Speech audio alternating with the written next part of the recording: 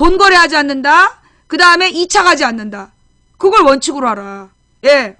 그 세 가지를 지키면 웬만큼 오프 모임에서 사고가 안 나요. 예. 이 세 가지만 지켜도 오프 모임에 사고가 나질 않아. 예. 내가 이제까지 많은 사람들한테 그런 걸 봤어. 많은 사람들한테 그런 걸 봤는데, 그리고 이렇게 사람들이요. 그런 얘기죠. 불각은 불가원이다.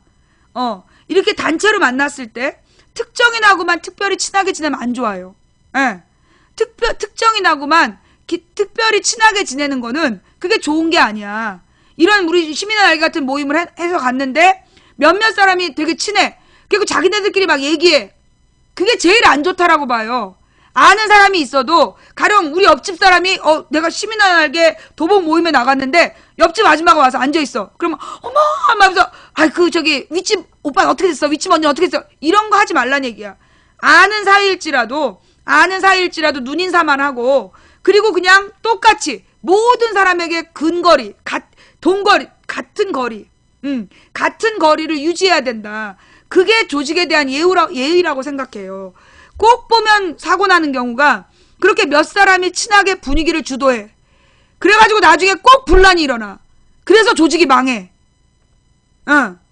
나는 이 오프 모임을 안 했으면 좋겠는데 이 오프 모임 중심으로 조직이 만들어지면 꼭 지켜야 될 게 세 가지다. 그러니까 지금까지 네 가지가 나왔어요. 첫째, 돈 거래하지 마라. 둘째, 남녀 간에 단둘이 만나지 마라. 그 다음에 셋째, 아까 셋째 뭐라 그랬지? 돈 거래하지 마라. 단둘이 만나지 마라. 그 다음 세 번째, 1차만 가라. 2차 가지 마라. 2차 가지 마라. 그 다음에 네 번째, 모든 사람을 동거리로 정해라. 대우해라. 똑같이 대우해야지 특정 사람하고만 친하게 지내는 거, 그거 조직을 망치는 지름길이다. 예. 모임 안 가면 됨. 그래서 내가 안 가잖아. 사실 나는 그래서 모임을 안 가요. 왜냐하면 나는 그런 마음이야. 누구하고도 친하게 지내고 싶지 않은데 가면 막 사람들이 막 와가지고 아는 척을 하고 그리고 막 얘기를 많이 해. 그럼 반드시 그 자리에 소외되는 사람이 생기고 그 소외되는 사람은 내가 먼저 말 건 게 아닌데 나한테 앙심을 품어. 나한테 앙심을 품고 꼭 나중에 사고를 쳐. 내가 그런 자화자찬인데 어려서부터 그런 일을 많이 당했어요. 내 마음은 나한테는 저 삐져있는 쟤나 나한테 말 걸고 있는 얘나 똑같이 귀찮아.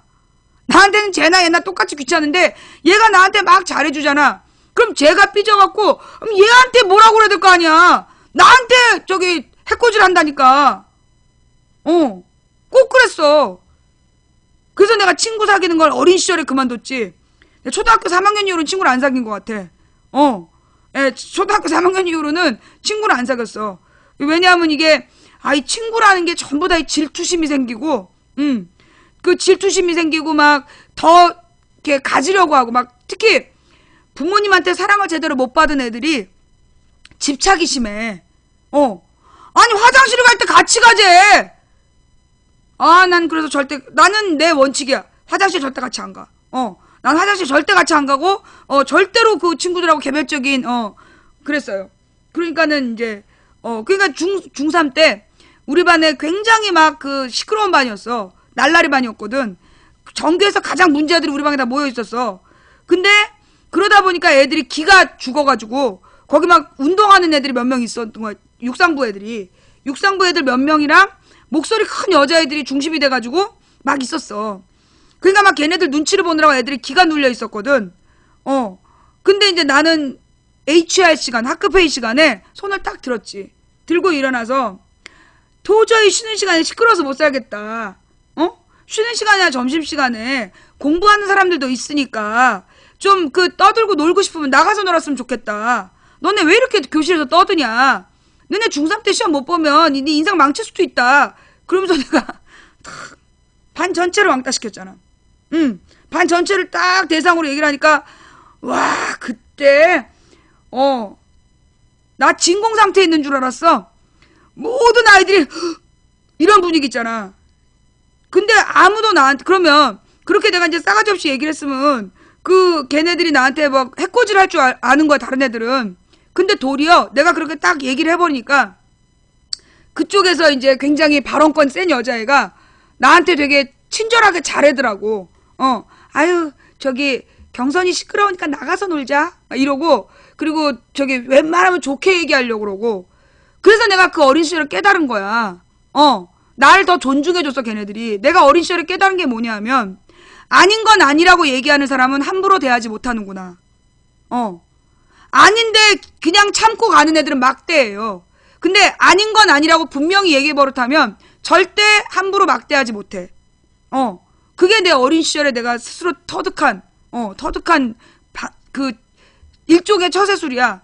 그래서 어딜 가나 나는 이거 아니면 아니라고 분명히 얘기를 합니다. 그 좋은 게 좋은 거라는 식으로 따라가지 않아요. 아닌 건 아니야 라고 분명히 얘기를 하지. 자, 그럼 오늘의 중심 이야기로 이제까지가 인트로였나? 뉴스 가다가 인트로 갔다가 다시 이제 2부로 들어가면 오늘의 주제로 갈게요. 예, 오늘의 주제. 민주노총 위원장에게 소유죄를 적용하겠다. 예. 민주노총 위원장에게 지금 소유죄를 적용하겠다라고 발표가 났어요. 그죠? 예.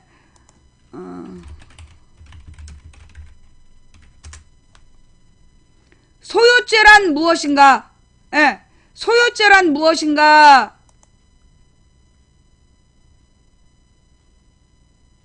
제가 어저께 그 소유죄 이야기를 쭉 읽어드렸잖아요. 예. 그런데 그 소유죄의 추억이라 그래서 오늘 변상욱 대기자님이 또 얘기를 하셨더라고. 오늘 기자 수첩 넘어가죠. 뭐 가지고 오셨어요? 서울역 고가도로는 사라지는데 다시 또 살아나는 것도 있어요. 뭔가요? 경찰이 1차 민중총공 걸기대회 지도부에게 소유죄를 적용하겠다. 검토해보겠다. 이런 뜻입니다.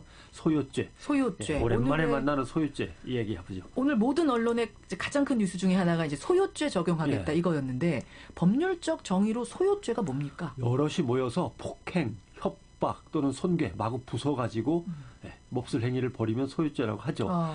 법원에서 소유죄를 분명하게 인정한 사건은 대표적인 게 1980년 광주 민주화운동 참가자들, 소요. 1986년에 5.3 인천항쟁 지도부에 대한 판결. 예. 모두 정권 비판 시위였고 전두환 정권 시절의 얘기입니다. 그때 외에는 소유죄 인정된 게 없습니까? 법원에서 인정받은 걸로는 없는 걸로 보입니다. 딱 두 건밖에 없습니까? 그러나 일반적인 기소로 소유죄가 적용된 건 있었는데 법원이 인정한 건 지금 두 건이 나와 있고요.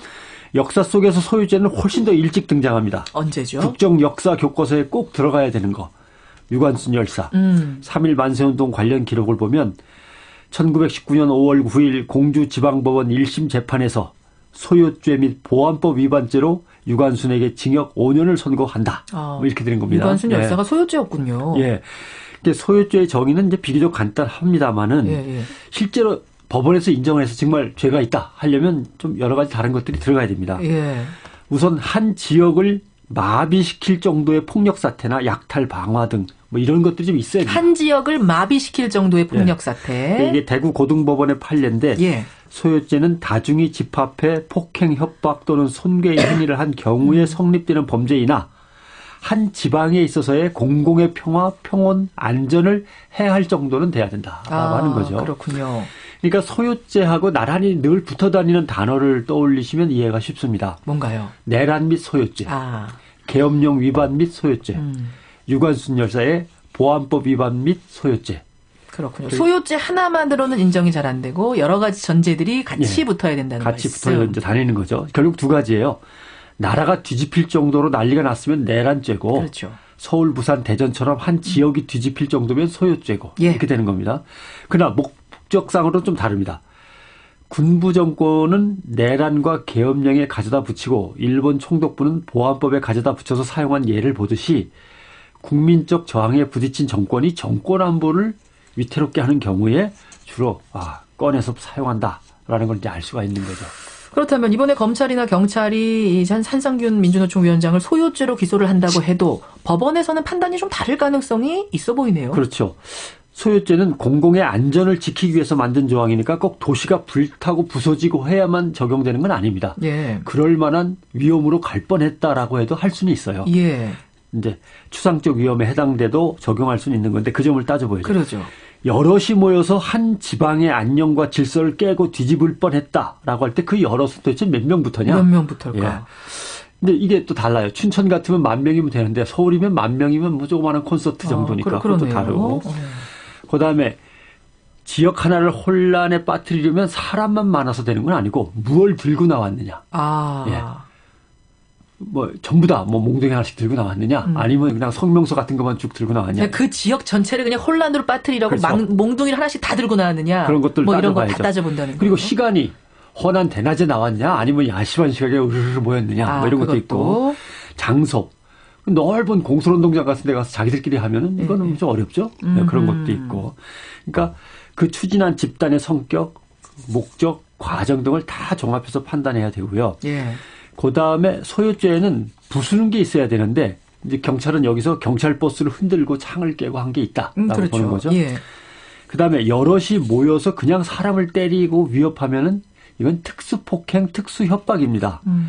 그러면 이게 소요죄가 되려면 어떻게 해야 되냐?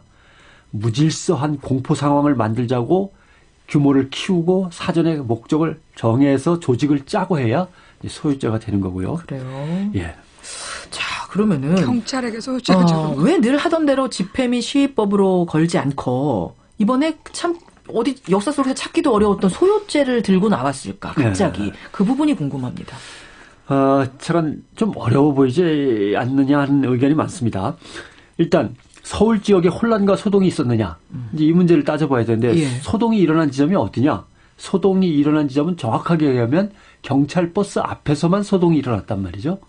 그렇죠? 이게 중요합니다. 시위대와 무장한 경찰이 마주친 그 지점에서만 충돌이 있었지 일상의 시민 생활은 별로 뭐 이렇게 크게 위협을 받거나 그러니까 예를 들어서 뭐 지나가던 시민이 맞는다든지 그런 뭐 건 돌에 맞아서 없었던 뭐 이런 건 거죠. 예. 아니었다는 거예요. 지역이 혼란과 불안에 빠지지는 않았다는 거죠. 예. 그다음에 시민이 자발적으로 집회 시위의 권리를 행사하러 모인 것인데 예. 여러 참가 단체 중에 하나인 노총 지도부가 꼭 소유죄의 주범이 되는가, 이런 문제도 있고요. 그런 것도 있고. 경찰은 이 지점에서 노총이 오래전부터 대규모로 기획했다, 조직적으로 자금을 조달했다, 임무를 서로 분담했다, 요 증거만 찾아내면 간단하다, 이렇게 이제 믿고 있는 것이고, 일반 뭐 변호사들은 어려워 보이는데. 예. 그러니까 제가 아까 질문 드렸잖아요. 그럼 평소는 이제 집회 및 시위법으로 걸어도 걸렸거든요. 예. 근데 왜 소요죄를 들고 나왔느냐? 이름도 생소한. 내란 및 소요라고 하는 단어가 갖고 있는 이 무거움을 일반 시민한테 전달하고 싶었던 거죠. 예. 그다음에 소유죄를 다시 들여다보면 예. 이거 미처 청산하지 못한 일제 잔재예요. 그래요? 왜냐하면 일제 강점기 조선 총독부 치하에서는 우리 민족 여럿이 모여서 웅성거리는 것 자체가 국가보안 문제거든요. 그렇죠. 반란의 문제고. 국가보안법의 그러니까 기원이야죠. 내란죄까지는 아니지만 그 조금 비슷한 걸 만들어가지고 약하게 적용시키려고 한 게 소유죄죠. 예. 지역에서 만세운동이라도 하면 처벌해야 되는데 이건 전국적인 봉기는 아니지만 하나의 지방에 해를 끼칠 정도, 이렇게 표현해서 소유죄를 건 거죠. 그러니까 이게 역사청산이 중요한 겁니다. 소요죄. 참 이름 생소해서 저도 어떻게 되는 건가 궁금했는데 오늘 변상욱 대기자가 요목조목 짚어주셨어요. 고맙습니다. 고맙습니다. 기자수첩이었습니다. 그다음 뉴스타파 보고 갈게요. 막걸리 보안법이라는 말이 있었습니다. 막걸리 한 잔 마시고 홧김에 대통령 욕을 하면 쥐도 새도 모르게 끌려가는 시대였습니다. 이런 일은 민주화 뒤 사라졌는데 이명박 시대 미국산 쇠고기 수입 같은 정부 정책을 비판하면 언론인을 잡아가는 현상이 다시 생겼고, 박근혜 시대에는 한술 더 떠서 대통령에 대한 가벼운 풍자도 수사 대상이 되고 있는 것입니다. 이러다가 아버지 시대의 막걸리 보안법이 딸 시대에 다시 부활하는 것 아니냐는 우려가 나올 지경입니다. 김세범 PD가 취재했습니다. 유신 시절 20대 청년이었던 67살 김영기 씨. 어릴 적부터 알고 지내던 고향 선배를 오랜만에 만납니다. 형이 이불 잘생기다고 형이 이불 찐다고 막 그래.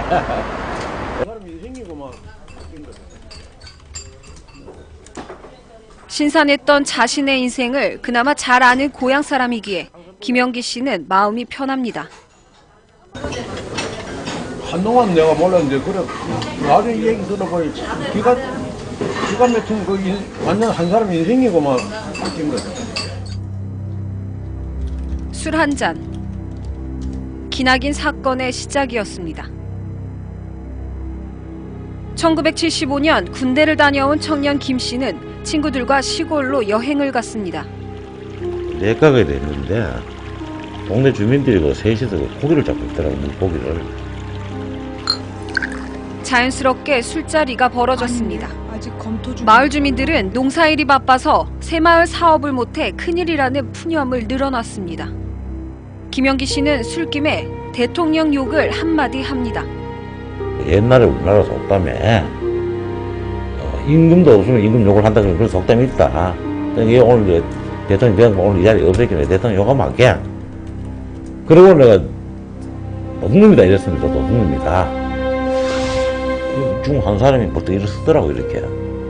또 일어서면서 당신이 왜 대통령 욕을 하는가요? 이러면서 이래 사태질을 하면서 아니 그러니까 없으니까 한다 그랬지 않습니까? 그러니까 이 사람 가버리더라고 그냥. 그날 김 씨는 긴급조치 구호 위반 혐의로 체포됐습니다. 경찰서에서 중앙정보부 요원들에게 조사를 받았습니다. 끔찍한 고문이 시작됐습니다. 그 고문이라 그런 것이 참 사람 진짜 참 비참하게 만듭니다. 그거요. 뭐 꿀 앉혀놓고 여기 바른 거, 여기 허벅지 바른 거, 여기 뒷죽지에 들어가지고 뒷죽지에도 이거 묶습니다 이걸. 이런 방망이를 이 줄을 다 올려버려요. 이렇게 하라고 이렇게 올려버려요. 머리고 뭐 얼굴이고 별거 없어 바른 거예요. 이래 조사하다 너 같은 촌놈의 새끼들 한도는 주고받댔자 지도세도 모르게 정리된다 이거야. 안 죽으려면 이야기하라 이거라. 진짜 지금 생각 소름 떨려서 소름 끼쳐요. 박근혜가 꿈꾸는 김 씨는 세상이죠. 징역 1년을 살았습니다. 그리고 박정희 전 대통령이 죽을 때까지 요시찰 대상이 됐습니다. 이후 정상적인 취업도 불가능했습니다. 김 씨는 2013년 38년 만에 재심에서 무죄를 선고받았습니다. 하지만 국가를 상대로 낸 손해배상 소송에서는 지난 5월 패소했습니다. 고문도 허위 자백도 증거가 없다는 이유입니다. 죄 없이 고문을 받고 징역을 살고 인생이 망가졌지만 책임지는 사람은 없었습니다. 자식이 망가지는 모습만 보다 일찍 돌아가신 아버지를 생각하면 김 씨는 회한이 밀려듭니다. 어제에 대해서는 별 말씀을 안 하시고 내가 살고 나와서 이 담배를 많이 태우시더라고. 속을 못 이겼어요. 아마 그랬던 것 같아. 담배를 담배 조금씩 태우셨던 양반이 나오니까 막 하루에 막 두고 갑자기 막 태우시더라고. 그렇지만 이러고 암으로 돌아가시더라고. 암으로 돌아가셨습니다. 네. 네, 뭐 저도 기가 막힌. 생각 좀 지금 생각 좀 그런 시대였어요. 그렇죠. 그런데 지금 박정희가 나라를 구했다고 개소리하는 김영기 씨의 변호인은 박근혜 정부 들어 유신 시절 긴급조치 피해에 대한 국가의 책임을 묻지 않는 쪽으로 판결 방향이 바뀌고 있다고 지적합니다. 긴급조치의 발동도 위법하고 거기에 따른 수사와 재판을 위법하다라고 해서 국가배상 책임을 전부 다 인정해 왔어요. 한 99%가. 그러다가 2014년도와 2015년도 대법원 판결에서 긴급조치에 대해서는 국가가 책임을 묻지 않겠다. 이런 판결이 나왔죠. 판결에 따라서 그나마 1심 판결에서 인정됐던 그 책임도 전부 다 뒤집어져서 지금 이제 패소 판결을 받고 있고요. 1975년은 술자리에서 대통령 욕을 하면 쥐도 새도 모르게 끌려가던 세상이었습니다. 40년이 지난 지금 우리는 얼마나 다른 세상에서 살고 있는 걸까요? 2015년 12월 이른 아침 서울시청 7급 공무원인 김민호 씨는 대법원 앞으로 출근했습니다. 벌써 넉 달째 1인 시위 중입니다. 김민호 씨는 지난해 인터넷에 박근혜 대통령을 비방하는 글에 링크를 올렸다는 이유로 검찰의 수사를 받았습니다. 그리고 명예훼손죄로 벌금 100만 원을 선고받고 대법원 판결을 앞두고 있습니다. 흔히 얘기하는 그런 그냥 뭐 이렇게 술자리에서 하는 얘기 정도. 그런데 그렇게까지 심하게 할 필요가 없었는데 민주사회를 위한 변호사 모임은 2012년부터 박근혜 개인을 비방해 경찰과 검찰 수사가 진행된 사건을 자체 수집한 결과 모두 37건이었습니다. 언론인의 취재 보도, 예술가의 퍼포먼스, 일반 시민들의 인터넷 댓글까지 기소됐습니다. 박근혜 정부 들어서 달라진 것은 그 국민 입막음 소송이 어떤 커다란 정부 정책에 대한 비판뿐만 아니라 대통령이나 정부 정책에 대한 어떤 그 가벼운 감정의 표현 이런 것들에도 이용되고 있다는 겁니다. 정부 비판을 하게 되면 어떤 후과를 당하게 되는지 보여줌으로 해서 주변 사람들을 입막음을 시키는 겁니다. 어이가 없다. 이하 작가입니다. 저는 그 찌라시를 만들어서 가지고 나왔습니다. 35,000장. 지금 3만 장은 서울 전역의 지하철역에 2시간 안에 뿌려질 겁니다. 지난해 10월 21일 동화면 세점 옥상에서 꽃을 단 박근혜 대통령을 풍자한 그림 전단지를 뿌리다 현행범으로 체포된 작가 이하 씨.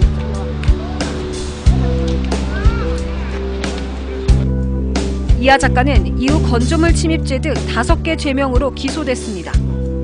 검찰은 그 이후 퍼포먼스를 도왔던 작가의 지인들을 추적해 추가로 기소했습니다. 이하 작가의 작업실을 다시 찾아봤습니다. 작품이 걸려있던 벽은 텅 비어있고 짐가방과 박스들만 가득합니다. 이하 작가는 한국을 잠시 떠나기로 했습니다. 권력과 사회 문제를 풍자하는 다양한 작품 활동을 해온 이하 작가는 7년의 작가 생활 중 30번이 넘는 검찰 조사를 받고 6번의 기소를 당했습니다. 올해만 4번입니다. 7년이 다 돼가는데 올해가 가장 힘들었던 것 같아요. 기소도 6번 당하고 6번? 네. 웬만한 작가들이 웬만한 사람이 평생 당할 기소를 몇 달 만에 다 당하니까. 일주일에 검찰 조사만 2-3번. 지인들까지 기소를 당하는 상황은 견디기 힘들었습니다. 대화가 이렇게 기록이 거대한 쓰나미가 오는데 거기 혼자서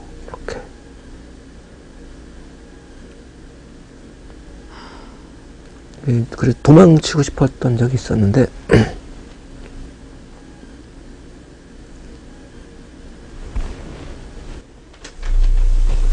도망치려고 뒤를 돌아보면 이제 저 뒤에서 이제 사람들이 막 응원해주고 그러죠. 그게 이제 힘이 되고는 하지만 결국은 내가 이제 이렇게 맞서고 그러거든요. 혼자서. 잠깐만요.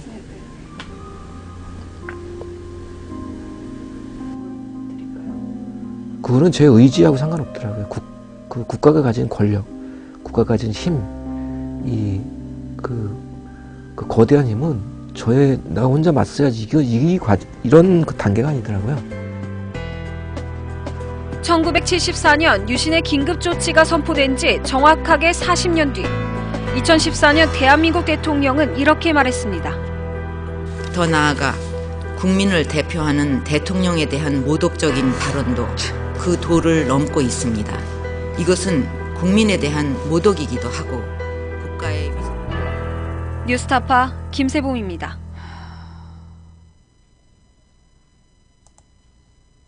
이럴 때 우리가 봐야 되는 내용이 뭘까요? 환생경제. 응? 한나라당 국회의원들이 노무현 대통령한테 돌아가면서 쌍욕을 하고 육실할 놈 뭐 거시기를 떼라는 둥 국회의원들이 돼가지고 노무현 대통령한테 그런 쌍욕지거리를 당당하게 하고 그걸 박근혜가 보면서 쳐 웃고 앉아있더니 이제 와서 대통령에 대한 모독은 국민에 대한 모독이야? 이게 뭐 하자는 거야 지금? 니들이 하면 연극이고 우리가 하면 모독이야? 아주 국민 알기를 저 홍어조수로 알아요. 어떤 분이 문자를 보내셨어. 프랜카드로 국정교과서 자기 아는 사람이 프랜카드에다가 국정교과서 반대한다. 뭐 미친 정부 퇴진하라. 뭐 이렇게 글을 써놨는데 이걸로 자기도 자기 아는 사람도 처벌받는 거 아니냐. 이런 얘기를 하셨더라고요. 뭐 딱 박근혜라는 표현을 정확히 안 하셨는데도 그걸로 처벌을 하겠다 그러면 저한테 다시 연락하세요. 예. 내가 그랬잖아. 우리 방송에서는 일찍이 박근혜에 대해서 쌍욕하는 사람들은, 예. 우리가 박근혜에 대해서 이렇게 쌍욕을 하면 어떻게 해요? 강퇴를 시키죠. 왜냐? 여러분들이 쌍욕을 하면 덩달아서 같이 쌍욕을 하는 사람들이 있어. 근데 그렇게 쌍욕을 하면 처벌받을 수 있어요. 그럼 모욕죄로 처벌받을 수 있어. 그래서 이렇게 무슨 뭐 이런 건 안 하는 거야. 근데 우리가 정책에 대한 비판, 박근혜의 국정교과서에 대한 비판, 박근혜의 무능한 국무회의에 대한 비판, 이런 것들은 정당한 비판이에요. 근데 이제 이렇게 우리가 쌍욕을 한다든가 그러면 이제 그걸로 처벌받을 수 있는 거지. 그런데 지금 이하 작가 같은 경우에는 그렇게 쌍욕을 한 건 아니잖아요. 예. 쌍욕을 한 것도 아니고 저 정도는 정말 어떤 나라에서나 통용되는, 민주주의 국가 어디에서나 통용되는 풍자화일 뿐인데 저걸로 저 사람을 처벌했다라는 거는, 기소하고 그 재판을 여러 개, 6개를 재판을 진행하고 있다. 이거는 좀 말이 안 되는 거다. 어떤 OECD 국가에서 이걸 용납하겠어. 아니 미국의 오바마한테도 오랑우탄 그림 그리는 언론사들이 있는데, 아니 저 정도 이쁘게 그려줬으면 고맙게 생각을 해야지. 저걸 가지고 처벌한다는 게 말이 되냐고. 무슨 2년 전에 쓴 것도 아니고.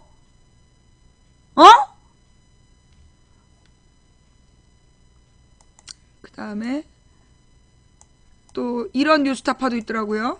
예. 여러분, 중요한 건 뭐예요? 우리가 정당한 비판, 박근혜의 정치와 정책에 대해서 정당하게 비판하는 것은 절대 처벌할 수 없어요. 그러니 여러분 당당하게 비판할 거 비판하세요. 두려워하지 마시고요. 뭔 말인지 알았어요? 비판하는 포스터는 붙이면 안 된다. 대통령을 비판하는 포스터는 붙이면 안 된다.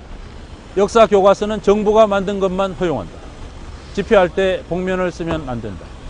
2015년 대한민국에서 벌어지고 있는 일들입니다. 그동안 대한민국을 민주주의와 경제를 짧은 시간에 궤도에 올린 이례적인 성공 사례로 알고 있던 외신들은 시각을 바꿔 비판 기사를 쏟아내고 있습니다. 특히 복면 쓴 시위대를 IS에 비유한 박 대통령의 발언은 국제적인 조롱을 자초했습니다. 김경래 기자가 보도합니다.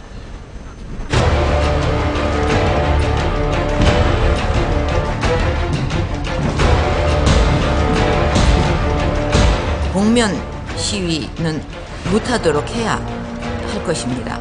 아이슬도 그렇게 지금 하고 있지 않습니까? 얼굴을 감추고서.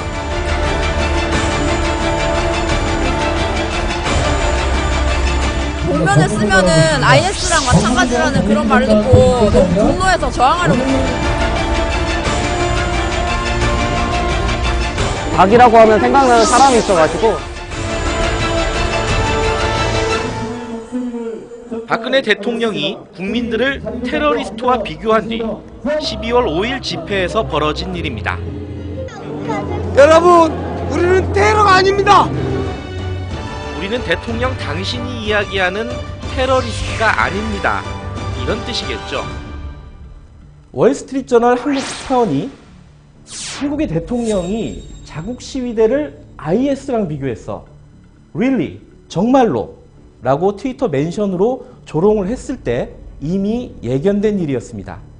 그 외신 기자들 입장에서 보면 이 상황이 참 어이없기도 하고 재밌기도 한 그런 상황이었다는 거죠. 다음날 외신들은 각종 복면이 등장한 한국 집회 사진을 대대적으로 게재했습니다. 워싱턴 포스트, LA 타임스, BBC, 월스트리트 저널, ABC 등등등. 한마디로 대통령이 외신 기자들에게 그림을 만들어준 셈이 된 겁니다. 외신들은 복면 집회 사진과 함께 시위대의 복면 착용을 준엄하게 꾸짖은 박 대통령의 발언을 거의 빠짐없이 언급했습니다. 워싱턴 포스트는 이번 민중 총궐기를 보도하면서 앞선 리포트에서 보셨던 독재자의 딸 포스터 압수 사건을 자세하게 소개하기도 했습니다. 그리고 대통령을 비판하는 포스터를 뜯긴 가게 주인처럼 화가 난 많은 시민들이 12월 5일 거리로 나섰다고 설명합니다. 월스트리트저널도 12월 5일 집회의 중심 이슈 중 하나는 표현의 자유였고 역사교과서 국정화와 관련이 있다고 보도했습니다. BBC는 한 발 더 나가 역사교과서 국정화 강행의 배경에 박근혜 대통령의 아버지 박정희 전 대통령이 있다고 설명합니다. This is a very Korean style of idolizing politicians. A grand statue of Park Chung-hee, the father of the current president. 그리고 박정희 기념관에서는 박정희의 과오를 찾아볼 수 없다고 꼬집으면서 이것이 박근혜 대통령이 원하는 역사교과서의 모습이라는 해석을 소개합니다. 이렇게 역사교과서 국정화의 배경을 설명한 뒤 BBC 한국특파원은 한국의 민주주의를 우려하는 목소리를 냅니다. There is a vibrant democracy in this country. Protests, voters oust governments. But that democracy has not been here that long. The question is, how deep are the roots? 박근혜 정부가 민주주의를 후퇴시키고 있다고 강하게 비판한 11월 19일 뉴욕타임스 사설과 맥을 같이 합니다. 북한과 대비되는 남한의 민주적 자유를 후퇴시키려는 박근혜 대통령의 의도가 우려스럽다. 박 대통령은 SNS와 인터넷상의 반대와 비판을 통제하려 하고 있다. 대통령 아버지의 이미지를 회복시키려는 것이 미화된 한국 역사를 가르치려는 동기 중 하나다. 뉴욕타임즈가 사설을 통해서 특정 국가에 대해서 비판적인 어조로 글을 쓴다고 하는 것은 이례적인 거 맞아요.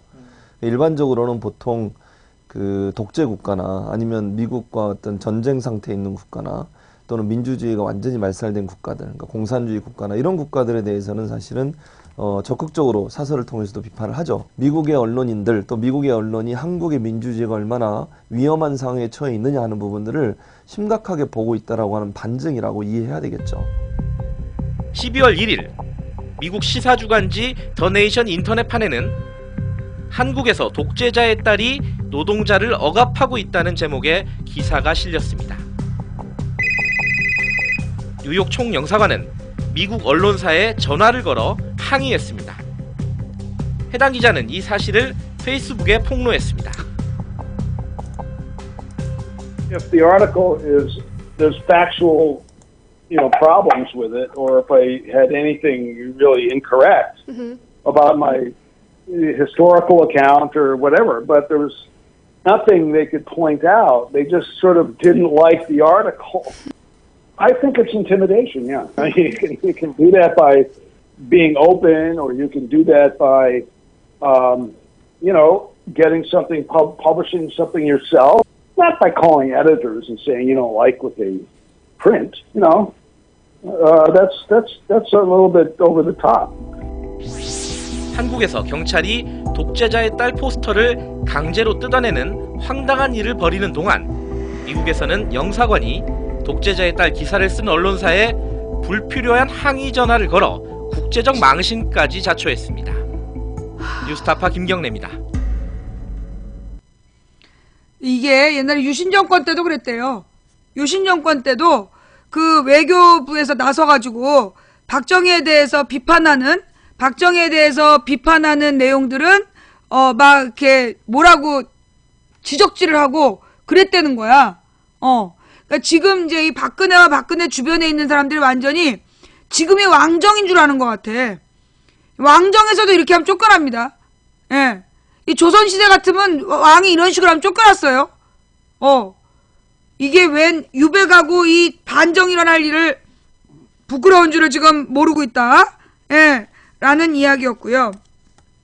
그 다음에 지금 이제 관련 뉴스 좀 찾아와봐. 다음 이야기로 넘어갈게요. 예. 지금 이제 역사편찬위원을 정부에서 철저히 비공개로 했잖아.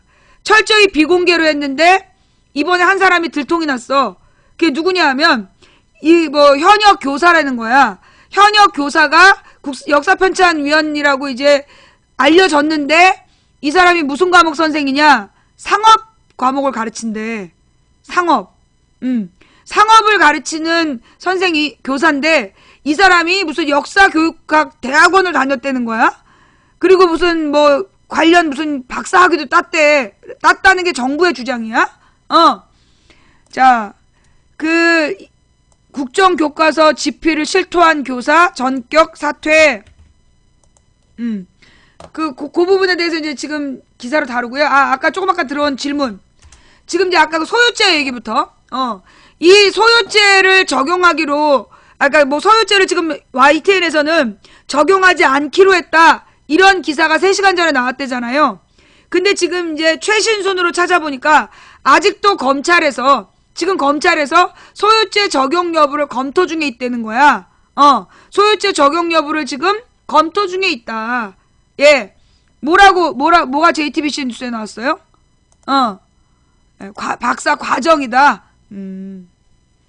자, 하여튼, 그런데 좌우지간 중요한 건, 일단, 이 소유죄 얘기 먼저, 이 국사교과서 좀 이따 다시 하고, 지금 한상균 위원장한테 소유죄를 적용하지 않기로 했던 YTN 보도는, 그거는 잘못된 얘기? 예. 지금 이제 JTBC에서 나온 보도에 의하면, 한상균 위원장은 지금 현재 묵비권을 행사하고 있고, 경찰이 구속영장을 신청한 뒤에 소유죄를 적용할지 검토 중이다. 이렇게 나왔어요. 아직 소유죄 적용하지 않기로 했다. 그 말은 오보야. 그리고 지금 경찰과 검찰이 간 보는 중이야. 국민들이 어떻게 생각하는지. 근데 나는 이런 생각을 해요. 만약에 한상균 위원장한테 소유죄를 적용한다면 제가 볼 땐 박근혜 정부의 명이 더 짧아질 것 같아. 지금 박근혜 정부에서 한상균 민주노총 위원장한테 소유죄를 적용한다면 나는 박근혜 정부의 명이 짧아지기 때문에 소유죄 적용하는 거에 대해서 반대 안 해. 한번 해봐. 어떻게 되나? 한번 해보라고. 소유죄는 누가 처벌받은 죄야? 유관순 열사가 처벌받은 죄다. 그걸 기억하세요. 지금 박근혜 정부에서 얘네들이 간 보는 게 뭐냐면 이 소유죄를 광주 민주항쟁 했던 사람들한테 적용했던 거다. 요것만 지금 강조하고 싶어 하는 거야. 우리는 여기에 대한 맞불로보다 소유죄는 일본이 유관순을 처벌하기 위해서 적용했던 법이다. 그 부분을 널리 알려주세요.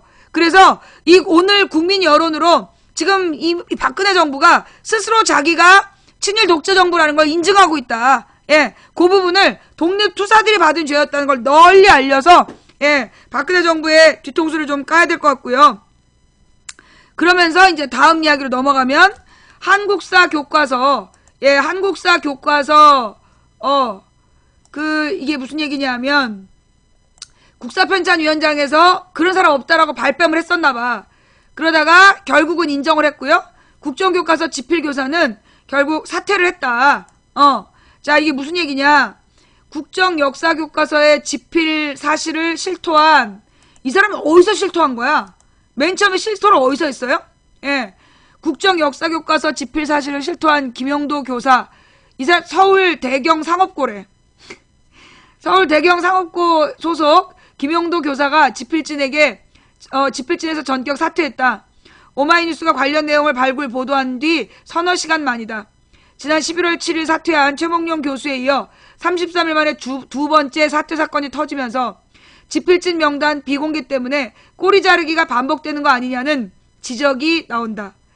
국사편찬위원회는 10일 10시 45분 보도자료를 내고 김 교사가 올바른 역사교과서 편찬에 걸림돌이 되지 않기 위해 집필진에서 사퇴하겠다는 뜻을 전해왔음을 알려드린다며 김 교사는 자신의 집필진으로 공개된 것은 괜찮지만 자신으로 인해 교과서 편찬에 지장을 초래할 수 있다고 판단했다고 전해왔다. 자, 우리는 이런 그 의견을 존중할 거다. 다 개소리고요. 자, 이 사람이 누구냐? 역사를 가르친 지 9개월밖에 안 된 상업과목 교사가 자신이 국정교과서 지필진이라고 밝혀 파문이 예상된다. 교육부와 국사편찬위원회가 중고교 역사 국정교과서 지필진 명단을 극비에 붙인 가운데 스스로 지필진이라고 공개하고 나선 것은 이번이 처음이다. 이에 대해 국사편찬위원회와 역사교육 정상화 추진단은 구체적인 답변을 내놓지 않았다. 그러다 이제 4시간 만에 사퇴하기로 했고 받아들인다 이런 발표를 한 거야. 지난 10일 오후 서울 사립학교인 대경상업고 교무실에서 만난 김영도 교사, 김 교사는 국정교과서 지필진에 임명된 것이 맞느냐는 기자의 물음에 그렇다고 답했다. 이 학교 교장과 교감도 김 교사가 자신이 국정교과서 지필진에 임명됐다는 취지의 메신저를 지난 8일 전체 교원에게 보냈다고 말했다. 김 교사는 지난 8일 이 학교 교원들에게 보낸 A4 용지 3장 분량의 집단 메시지에서 지필 관련 1월부터 13개월간 역사교과서를 함께 쓰게 됐다. 46명과 어떻게 생활해야 할지 모르겠다. 지필진이 모이면 구편이 얼마나 비밀을 강조하는지를 아는지 진리 정도라는 취지의 글을 보냈다. 이 학교 교감은 김 교사가 이 메시지 말미에 사요나라라고 일본식 작별 인사라고 적은 것이 맞느냐라는 물음에 그렇게 적은 게 맞다라고 답했다. 이 메시지를 직접 읽은 한 교사는 친일 독재비와 의심을 받는 국정 역사교과서 지필진으로 뽑힌 사람이 공개 메시지에 일본말로 끝나는 인사말을 적어놔서 기가 막히고 화가 났다고 전했다. 10년차 교사인 김 교사는 이 학교에서 9년 동안 상업 관련 교과를 가르쳐 오다가 올해 처음으로 1학년 4개 반에 한국사 교과를 함께 맡았다. 이 학교 공식 홈페이지에도 교직원 소개란에 김 교사의 담당 과목을 상업으로 적어놓았다. 그는 서울의 한 대학원에서 역사 관련 박사 논문을 준비 중인 것으로 확인됐다. 김 교사는 스스로 지필진에 공모를 했느냐 초빙을 받은 것이냐는 물음에 구편이 비밀로 하라고 했기 때문에 말할 수 없다. 나중에 말하겠다라고 밝혔다. 지필진이 다 모여서 임명장을 받았느냐 또 전체가 모이느냐라는 물음에 그렇다라고 덧붙였다. 이 학교 교장은 우리 학교는 교육부에서 공문이 오면 김 교사를 지필진으로 그 공문에 따라 검토할 수밖에 없다면서도 김 교사가 학교 측과 협의 없이 지필진을 신청하고 지필진으로 임명받은 사실을 메시지로 전체 교원에게 먼저 보낸 점에 대해서 당혹스럽다라고 말했다. 자랑을 했구나.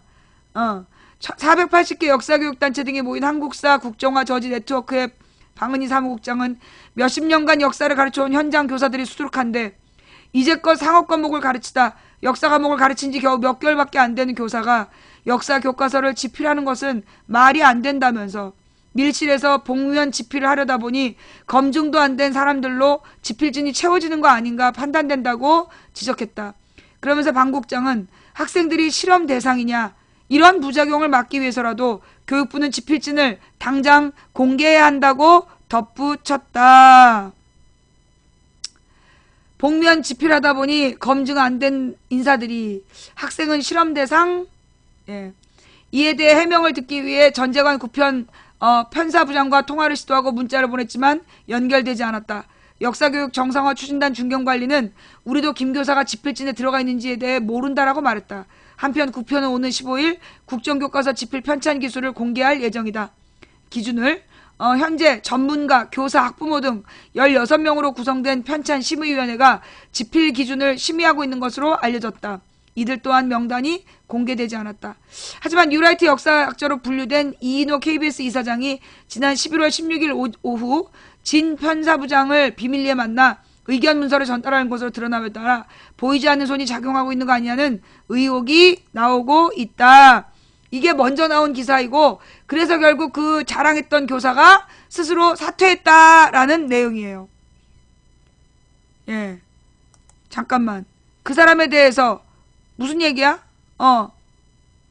팥쥐맘님 그게 어디서 나온 기사 내용이죠? 예, 저 교사가 누구누구 친척이다 확실합니까? 그 근거를 좀 알려주세요. 9개월 역사 수업 교사 지필진으로 가능했던 이유 이 뭐죠? 그 이유가 뭐래요? 원래는 교육 경력 5년 이상 자격 요건이 있었어? 그럼 상업을 5년 이상 가르쳤으니까 국사교과서 써도 된다 막 이런 거야? 어.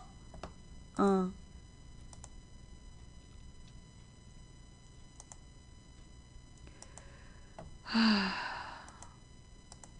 9개월, 진짜.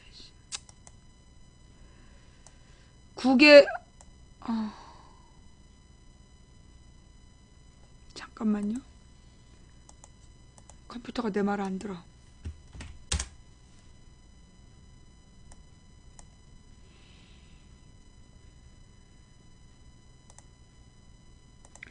(9개월) 역사 수업 교사 지필진으로 가능했던 이유. 국편 역사교육과정 경력 따지지도 않고 교육 경력 5년 이상 자격 요건. 그러니까 전공 여부는 따지지도 않고 역사 교사 5년이 아니라 그냥 교사 경력 5년이면 왜 체육 선생님 데려다 쓰지?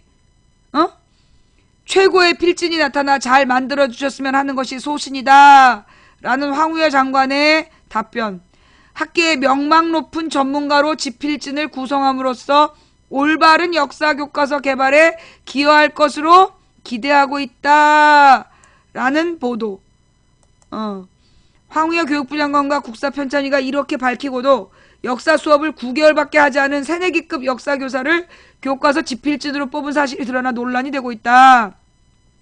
특히 지난달 4일 교과서 지필진 공고문에 역사 사회과학 관련 학계의 교수 및 연구원, 현장 교원이란 자격 요건을 밝히고 현장 교원에 대해 교육 경력 5년이라고 명시해 놓고도 역사 관련 교육 경력을 확인하지 않고 해당 교사를 뽑은 것은 문제가 있는 거 아니냐는 지적이다.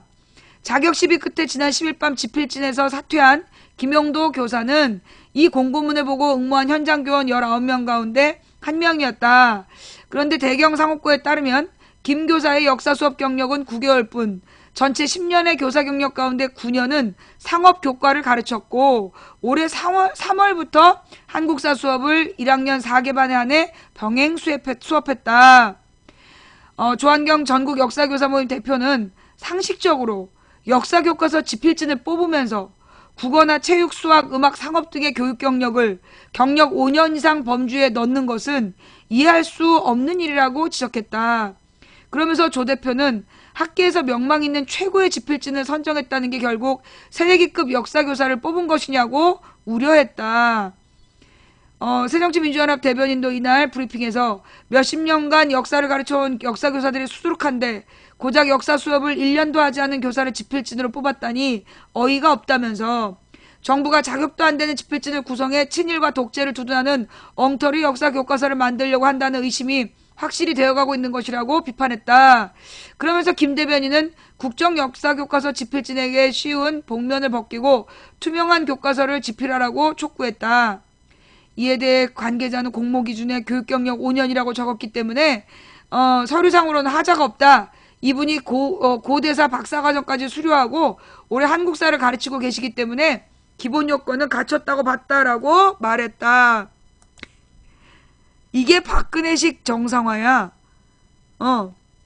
이게 박근혜식 정상화예요. 비정상의 정상화라는 게 다른 게 아니라 이게 이제 박근혜가 꿈꾸는 나라, 상업교사가 역사교과서를 쓰는 나라, 상업교사가 역사교과서를 쓰는 나라, 그게 박근혜가 생각하는 정상적인 올바른 교육, 역사교육이야. 오늘 이 사건은 뭘 보여주느냐? 박근혜가 주장하는 올바른 역사교육의 실체야. 박근혜가 주장하는 역사교육의 실체가 뭐냐 하면 결국 상업교사가 역사를 가르치는 나라, 그게 이제 가르치는 것, 그게 올바른 역사교육이라는 거죠. 예. 이 박근혜가 생각하는 올바른 역사교육이라는 건 상업교사가 역사를 가르치는 거, 그것이 박근혜가 생각하는 올바른 역사교육이야. 저게 왜 문제일까? 저게 왜 문제예요? 아니, 상업교사라도 학위를 땄으면 문제 없는 거 아니냐? 여러분, 저 사람이 역사학으로 그 교직을 딴 거예요? 교사 자격을 역사학으로 땄냐고. 교사 자격을 역사학으로 따지 않았으면 교사라면 안 되는 거야. 원래는 그래. 그런데 우리나라는 수학 선생님한테 뭐 화학도 가르치라 그러고, 선생님이 모자란 일부 저기 뭐예요? 도서 지역에서는 그럴 수가 있어. 선생님이 없어서 그냥 한 사람이 여러 과목을 가르치는 그런 경우가 있지만, 예, 그런 경우가 있지만, 그리고 비슷한 과목일 경우엔 가르칠 수 있지만, 역사 부분은 그렇게 할 수 없어요. 예. 역사 부분은 그렇게 할 수 없는 거야. 근데 박근혜가 생각하는 올바른 역사 교육이 저런 거라는 거지.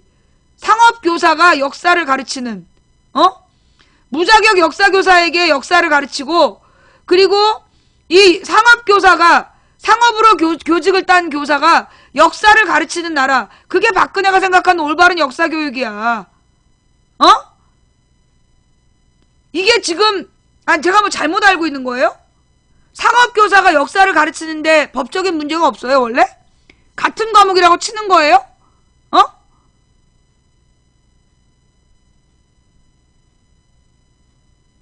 빨간 펜지샘 3개월이면 지필진 되겠네.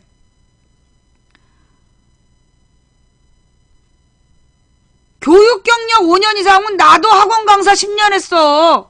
차라리 날 데려가. 학점만 이수하면 된다.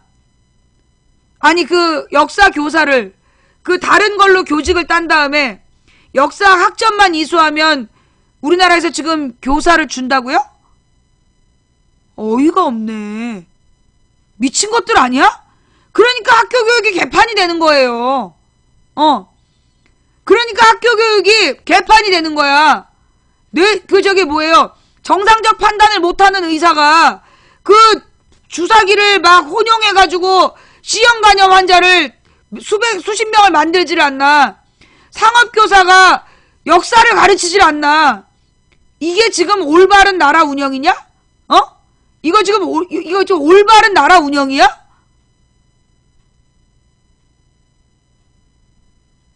역사 선생 자격증이 누가 그래 있다고? 역사 선생 자격증은 어디서 얻었대요? 뭐 지금 그 역사 교사 자격증을 어디서 얻은 건데? 우리나라에서 역사 교사가 되려면 어떻게 해야 돼요? 그 역사 교사 자격증을 딴 다음에 역사교사 시험을 봐서 붙어야 되잖아. 임용고시. 아니야? 여기는 뭐 사립학교라서 막 그냥 그런 건가? 사립학교니까 그런 거 안 따지나?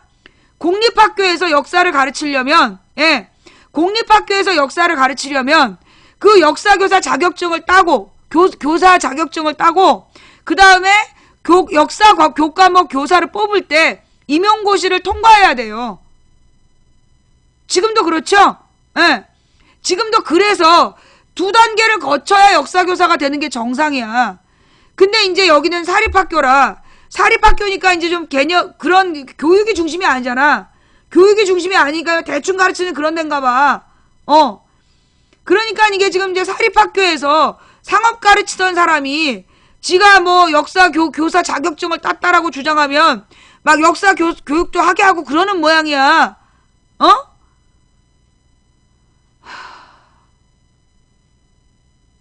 인문계고라면 상상할 수도 없는 일이죠. 그죠? 예. 그 사립학교도 인문계고라면 저렇게 못해요. 사립학교에서 인문계고가 저랬다가는 학부모들이 들었다 놔. 보통 이게 상고나 이런 데는 저기 특성화고들이 있잖아, 저게. 그죠? 아마 저것도 특성화고일 것 같은데, 그런 데는 공부하는 학교가, 그러니까 대학 가는 학교가 아니라 애들 취업비 중심이기 때문에 역사교육에 그렇게 신경을 안 쓰는 그런 데예요, 저기는. 그죠? 그런 사람들이, 예. 그런 사람들이 지금, 역사 교육을 하고 있고, 그런 애한테 지금 국사 교과서를 집필하라고 시켰고, 자랑스럽게 교사들한테 자랑하다가 걸린 거야, 지금. 이거 지금 자랑하다 걸린 거잖아. 그죠? 0.1%가 나라를 지금 개판을 만들고 있습니다. 몸을 그래? 예. 자, 정말 이게 0.1%가 만드는 비정상적 국가의 모습이에요. 거기다가 사요나라라고 인사말을 마친. 자, 그 다음 사실 이제 우리가 오늘 봤어야 될 내용이 뭐가 있느냐 하면, 아까 우리 중간에 그 얘기했잖아요. 새정치연합 안에서 당내 내분이 심하다고 언론 보도가 연일 나오고 있지만 사실은 아니다. 실제로 뭐 유승희, 뭐 주승용, 그리고 뭐 김한길, 안철수, 조경태, 박지원, 뭐 문병호 한 이 정도 얘네들이 문재인 사퇴하라 이런 주장하는 거지. 실제로 이 그 새정치연합 의원들이 대놓고 문재인더러 사퇴해라 이런 얘기 안 한다. 그 문재인더러 사퇴하라고 성토하는 의원이 10명도 안 된다. 그런 이야기를 지금 아까 했고요. 그 다음에 이제 지금, 이 오늘 뭐 사무총장인, 이 최재성이라는 이 사람 현역 의원이죠? 최재성 현역 의원 아닌가? 전 의원인가? 이 사람이 지금 뭐 사무총장인가를 하고 있는데, 예, 총무본부장? 최재성 20% 탈락안 없애려고 문재인 흔들기, 기존 봉합 질서로 회귀하면 나부터 문재인과 헤어질 것이라고 얘기했는데 이게 무슨 얘기냐.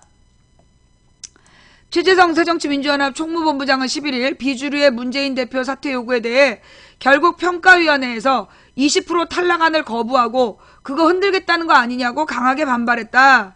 최 본부장은 이날 국회에서 기자간담회를 열고 가슴에 손을 얹고 스스로에게 응답해보라며 이같이 말했다.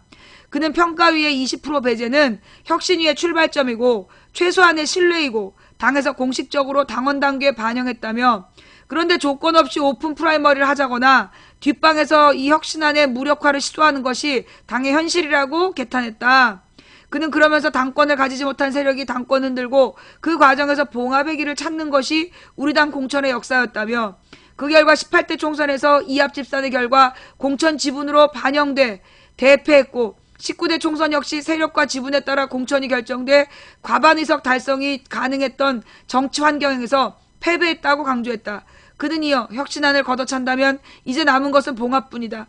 이미 과거에 해보았던 그 길만 남는다라며 국민의 평가를 받는 장에 나서면서 국민과의 공감은 없고 시대정신이 실종된 당으로 총선을 치르게 될 것이라고 전망했다. 그는 더 나아가 문 대표가 굴복하고 봉합하는 편한 길을 간다면 문재인 대표 체제는 아무런 의미가 없는 체제라며 그 길로 가신다면 저부터 단호히 헤어질 것이라고 문 대표에게 절대로 타협하지 말 것을 주문했다. 그는 중진 의원 15명이 문 대표 사퇴 후 비대위 구성을 주장한 것에 대해서도 재신임 전국에서 중지했던 게 중진 의원들이었다. 중재는 성공했고 그러면 책임도 뒤따르는 것이라며 흔들기 안 하겠다는 거 아니었냐? 라고 질타했다. 그는 이어 그러나 흔들기를 시작했을 때 중진들은 침묵했다. 그리고 문 대표 사퇴를 전제로 한 이 주장은 아무런 중간 과정을 생략한 채 대표를 향해 제기하는 것을 상식적으로 맞지 않고 당을 위해서도 옳지 않다라고 비판했다. 그는 안철수 의원을 향해서도 안철수 의원이 직접 한 말은 아무것도 없다. 2012년 대선 때도 그렇다면서 안 대표의 목소리가 직접 국민들과 당에 전달돼야지 주변 이야기로 판단하는 건 옳지 않다며 분명한 입장 표명을 촉구했다. 요 기사보다 중요한 게 뭐냐면 문재인 대표가 한명숙 전 총리에게 당적을 정리해달라고 요구했다는 거예요.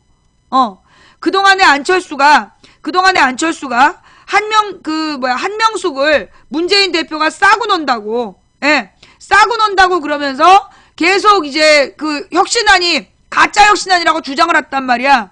그 문 대표가 한명숙이 불쌍하다, 억울하다 이런 입장이었대. 뭐냐면 한명숙 모르게 그 밑에 보좌관이 돈을 빌려 쓰고 그걸 계속 그 돈을 가지고 있었던 거 아니야. 그게 문제가 돼서 지금 한명숙이 감옥에 간 건데, 그러다 보니까 사실 이게 한명숙 입장에서는 억울할 수 있다라는 게 문 대표 입장이었다는 거예요. 근데 나는 내 입장은 뭐라 그랬어, 일찍이. 나는 한명숙 유죄라고 본다. 보좌관 보고 누가 돈 빌려주냐. 그거 한명숙 얼굴 보고 빌려준 거다. 그러니 보좌관이 그렇게 돈 거래하는 거를 몰랐다면 그건 한명숙이 정치할 자격이 없다라고 나는 주장을 했어요. 근데 그동안에 문재인 대표가 그 한명숙에 대해서 그래도 당적 정리를 안 하고 버텼었나 봐. 그러다 이번에 한명숙 당적을 정리해달라고, 예, 한명숙의 당적을 정리해달라고 문재인 대표가 어제 직접 요구했답니다. 예, 그 뉴스가 중요한 것 같아서 그거 보여드릴게요. 문재인의 거침없는 읍창마속 질주, 비주류 당혹. 문재인 새정치민주연합 대표가 10일 정치자금법 위반 혐의로 대법원 확정 유죄 판결을 받고 수감 중인 한명숙 전 국무총리에게 새정치연합 당적 정립을 요청하는 등 비주류의 친노 패권주의 공세에 맞서 단호한 자체 정비에 착수했다.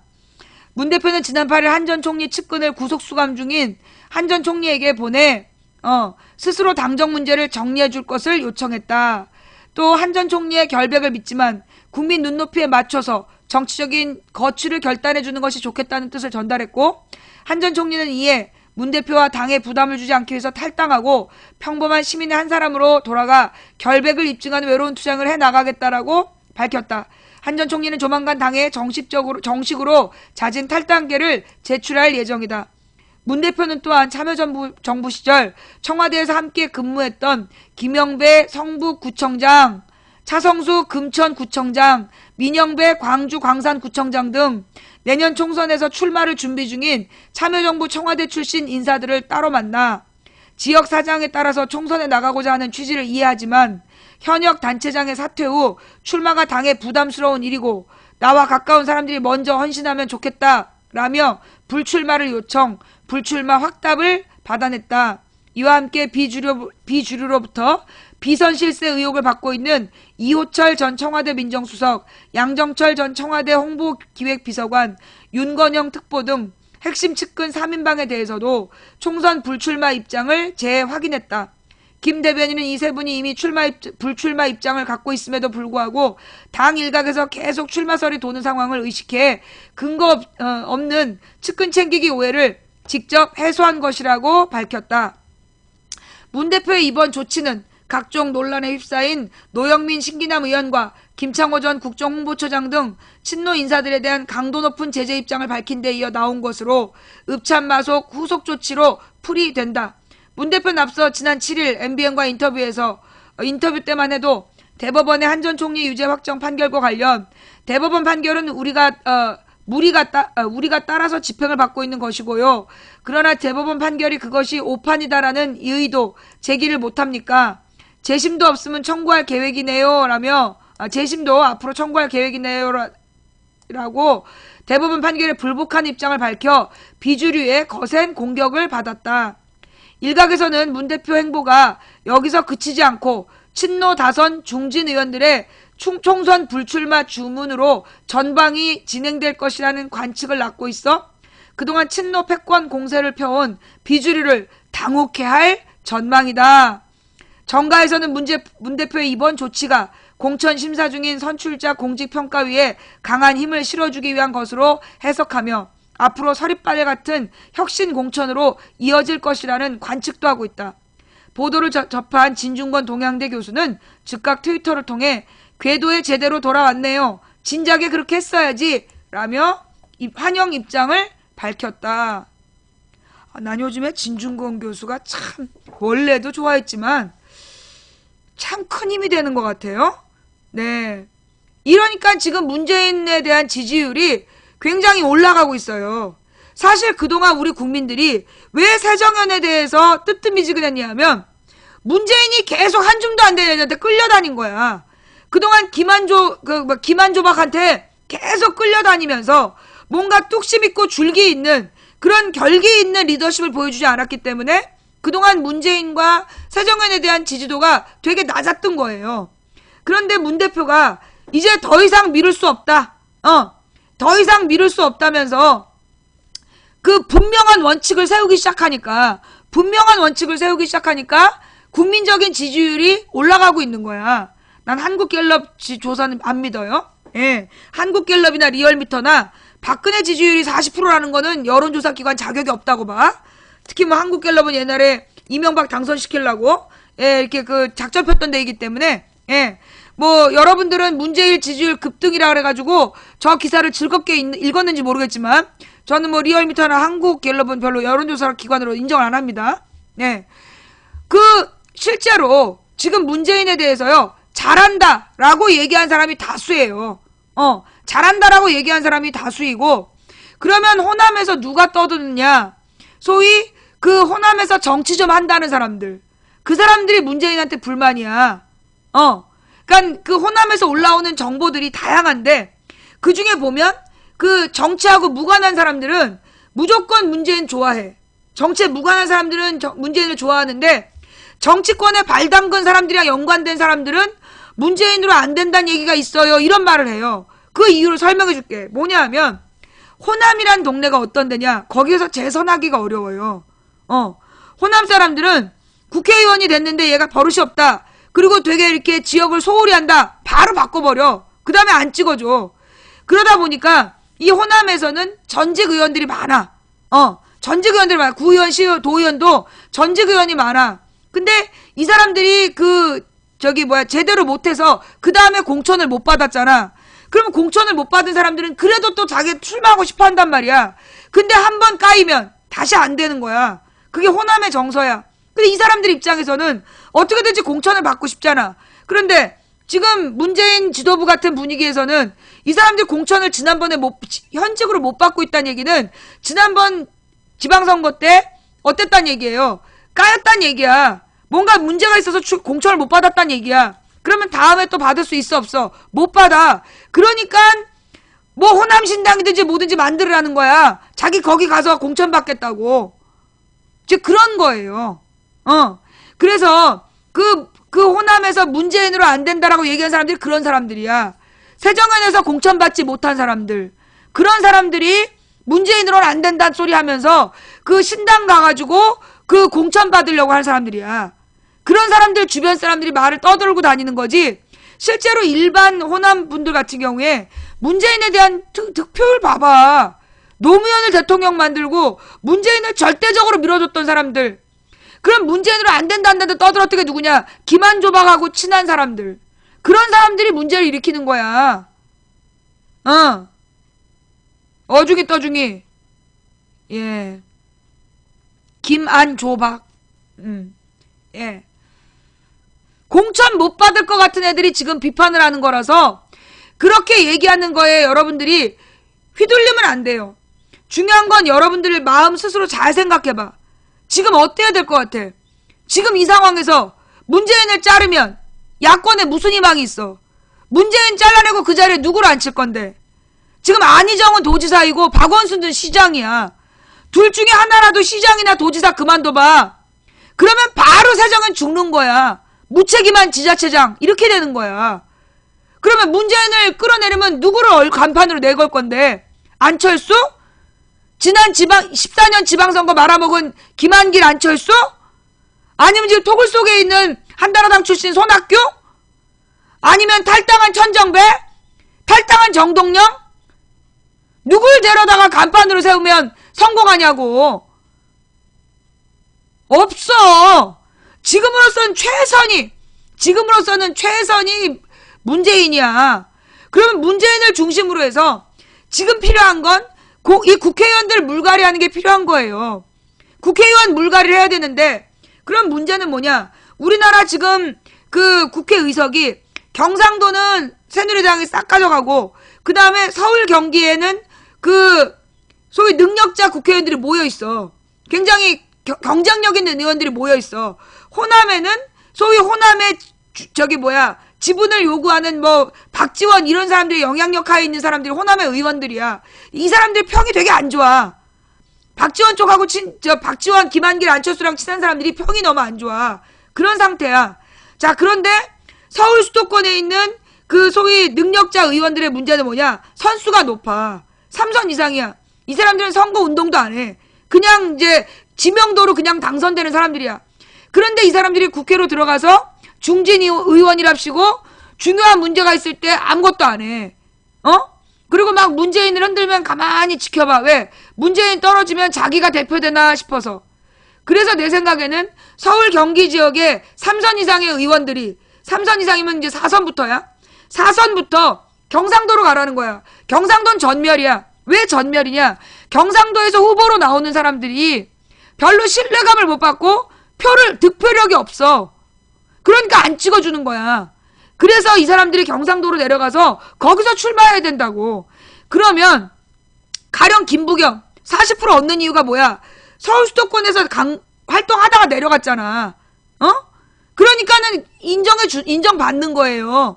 중앙에서 인정받은 사람은 경상도도 인정해주는 거야.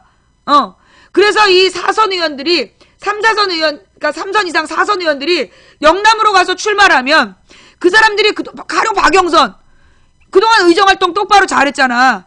솔직히 얘기해서 만약에 박영선이 여자 대통령이 됐다면 박근혜하고는 비교가 안 됐을 거야. 근데 박영선이 저 영남의 딸, 그 여성 대통령 한번 해보겠다. 저 지지해 주십시오. 그러면 나는 영남에서 박영선 찍어줄 거라고 생각해. 난 그렇게 봐요.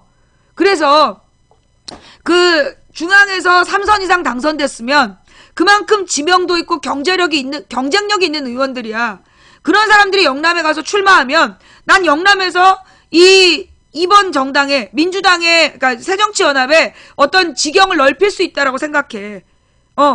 그리고 이제 대규모 공장 지역에서는 소위 진보정당 세력하고 연대해서 후보를 단일화하고, 그 영남 지역의 그 선수 높은 수도권 의원들이, 좀 상대적으로 젊고 능력 있는 의원들이 내려가서 이 영남에 바람을 일으켰으면 좋겠다. 예. 그러면 정말 내년 총선이 불가능하지 않아. 그리고 서울 수도권에는 젊고,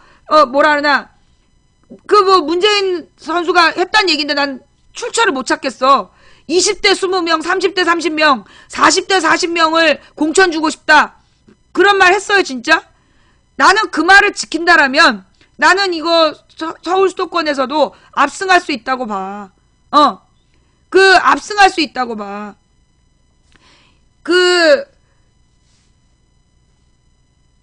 그쵸? 그래서 소위 이제 서울 수도권에서 좀 선수 높은 의원들은 그 영남이나 그 충청이나 영남이나 충청 같은 데가 사실 영남, 충청, 강원 이런 데가 굉장히 그 새정치연합의 세가 약한 곳이야. 그래서 그런 데로 출마하는 게 나는 더 낫다라고 봐요. 예.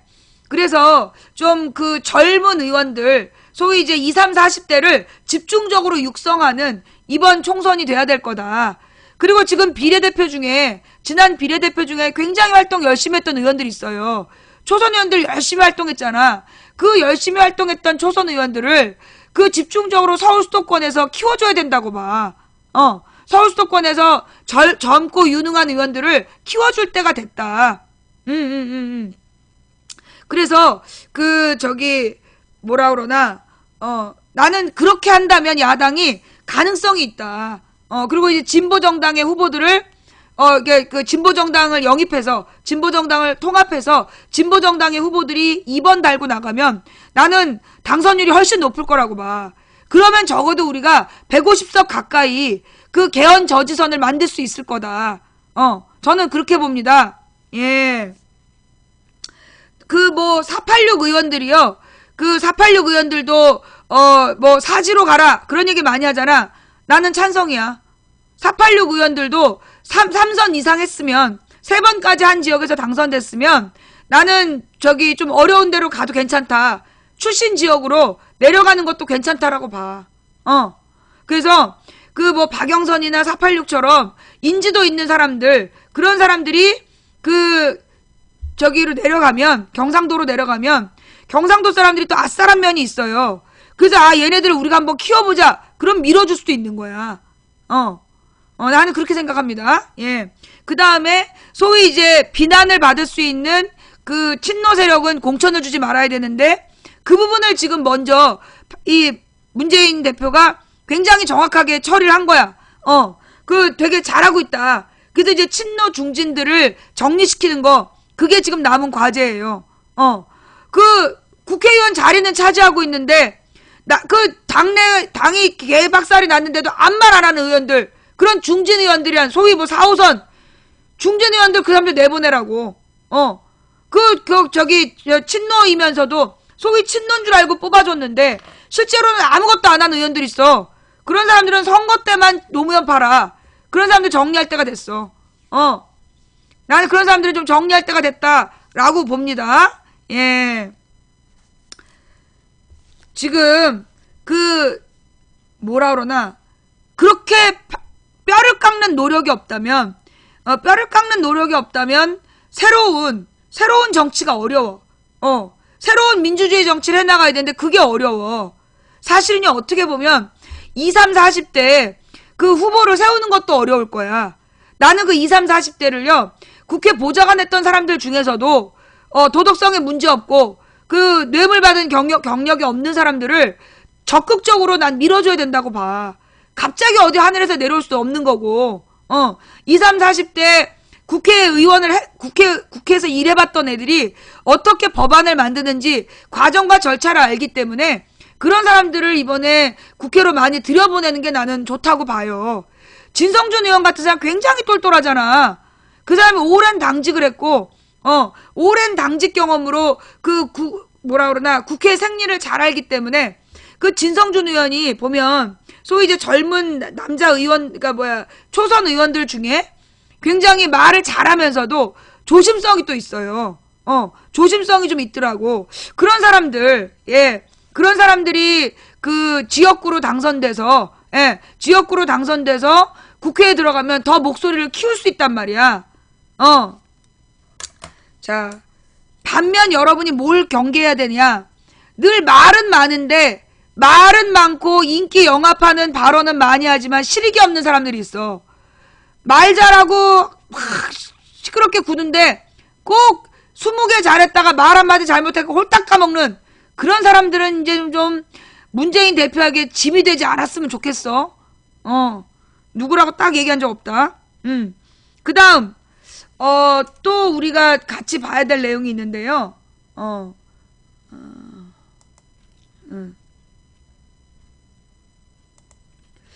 되게 중요한 얘기가 하나 나왔어.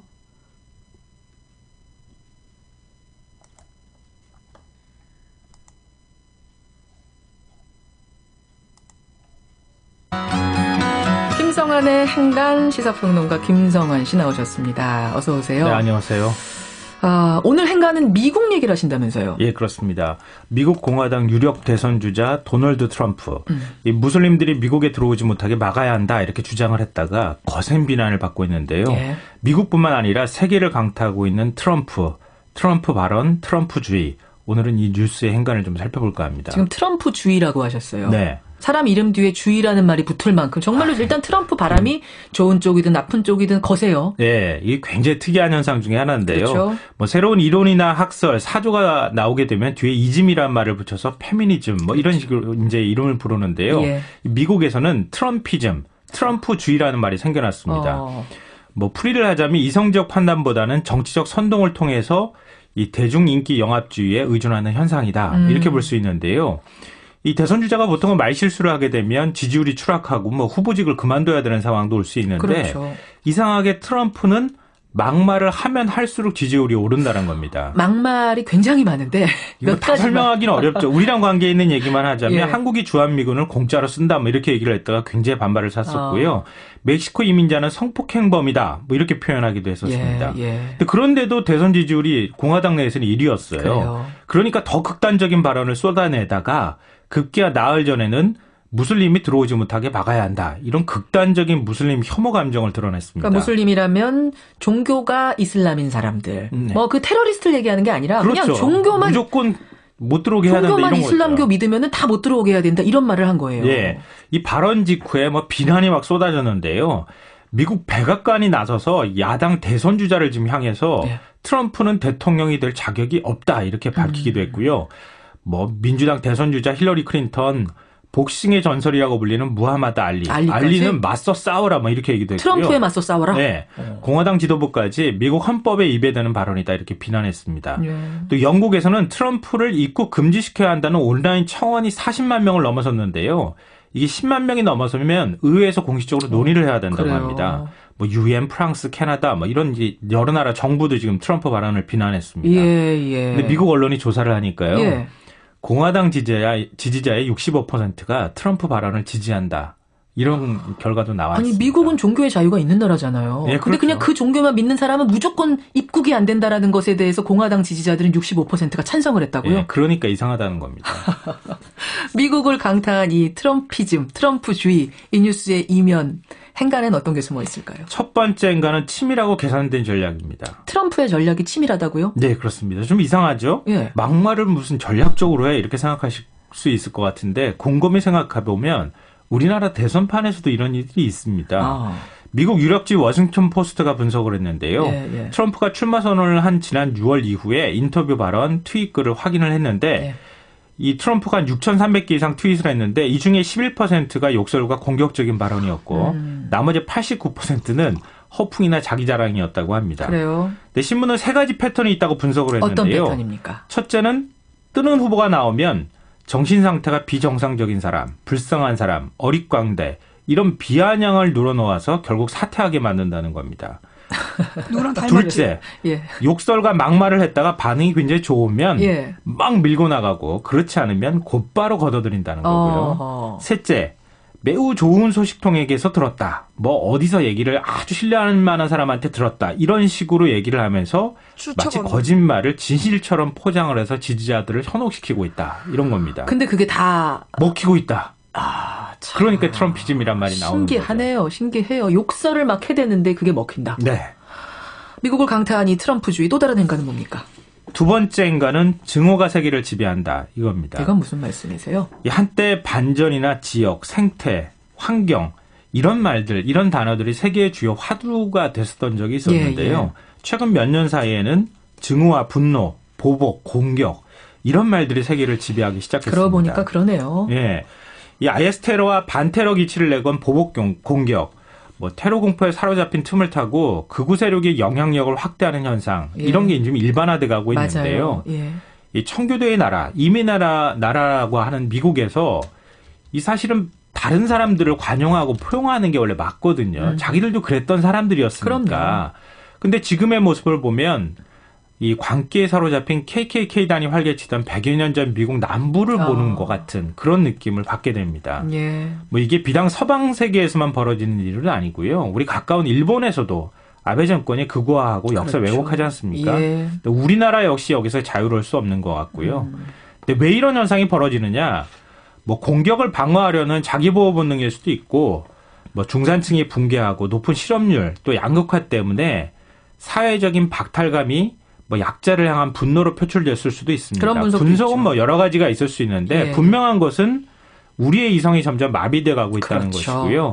일부 정치인, 일부 정치 세력이 그런 감정을 정치에 이용하고 있다는 겁니다. 맞아요. 이 트럼프주의 보니까 분명하네요. 이 트럼프주의 행간 또 있을까요? 셋째 행간은 절대 권력은 절대 부패한다 이겁니다.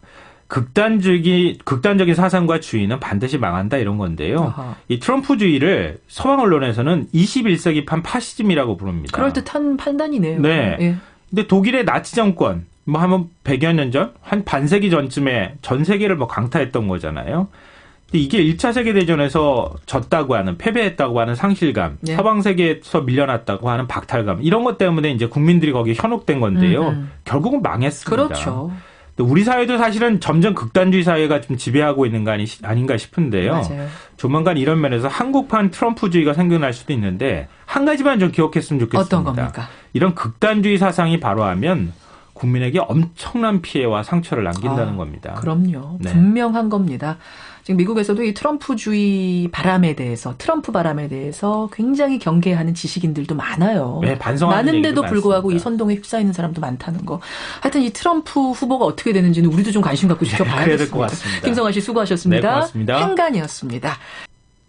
내가 왜 이걸 틀었느냐 하면 사실 지금 이제 프랑스에서 우파가 지방선거에서 압승했다는 이야기, 그리고 우리나라에서 박근혜 지지자들이라고 얘기한 사람들의 그 천박한 어떤 행동, 그리고 이 박근혜와 그 지지자들, 그리고 저 트럼프, 그러니까 박근혜와 김진태 막 이런 그 박근혜 지지자들의 그 천박함이나 저 트럼프의 천박함이나 통하는데 그들을 지지하는 사람들이 있다는 거야. 내가 오늘 하고 싶었던 얘기는 그들을 지지하는 사람들이 누구인가야. 우리나라에서 박근혜를 지지하는 사람들 봐봐. 대체로 어때요?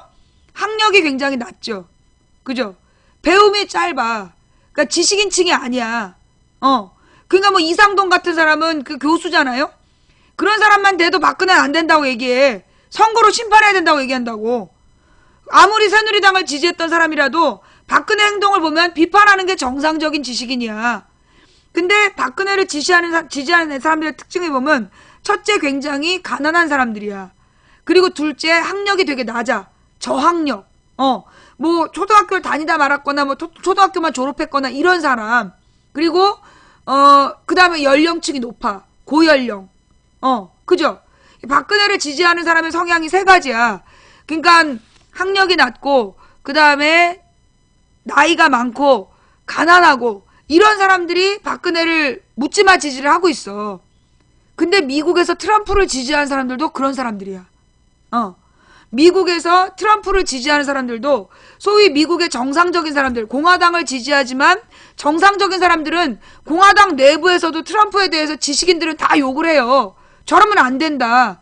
근데 여러분 알다시피 미국이요. 미국이 학력이 되게 높을 것 같잖아. 그렇지가 못해. 미국이 학력이 그렇게 높은 나라가 아니야.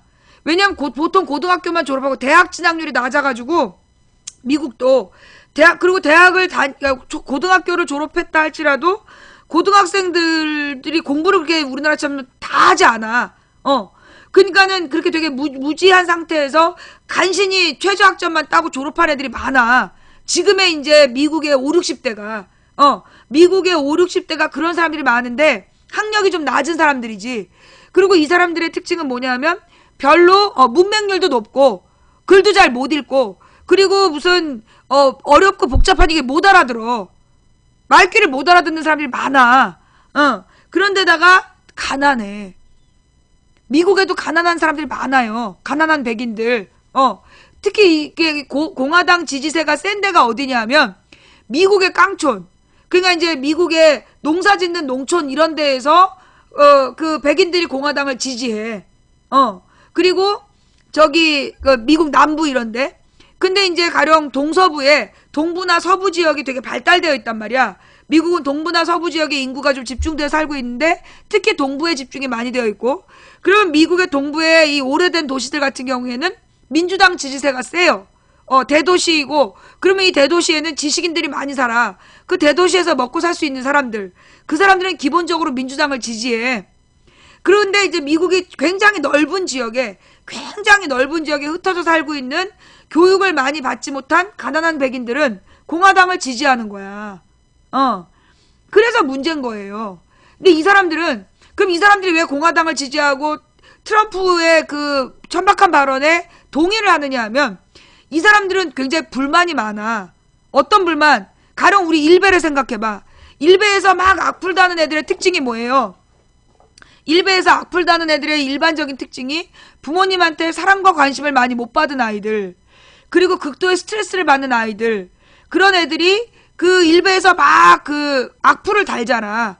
학력이 높든 말든 일베에서 막 악플 쓰고 그런 애들의 공통점은 기본적으로 그 주변의 정상적인 관계 형성이 잘 안 된 애들이 그런 짓을 막 해요. 그럼 이 사람들은 뭐냐면 뭔가 잘못되어 있고 불만은 있는데 그 불만을 해소할 그 적당한 방법을 찾지 못하니까 그런 악플을 달면서 지금 살아가고 있는 거야.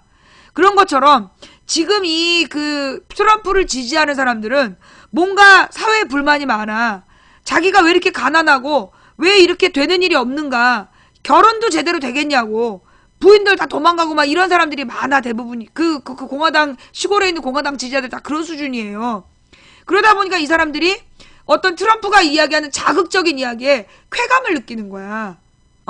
김진태 말에 일베가 좋아하는 것처럼 트럼프 말에 그런 어떤 열심히 노력해도 나아질 것이 없는 것 같은 그 시골 공화당 지지자들이 트럼프를 지지하는 거야. 결국은 뭐냐면 지금 이런 증상이 아까 이 김성환이라는 사람이 뭐라고 얘기를 했냐면 몇 년 전부터 이런 증상이 나타났다. 내 기억에는 이게 한 2005, 6년인 것 같아.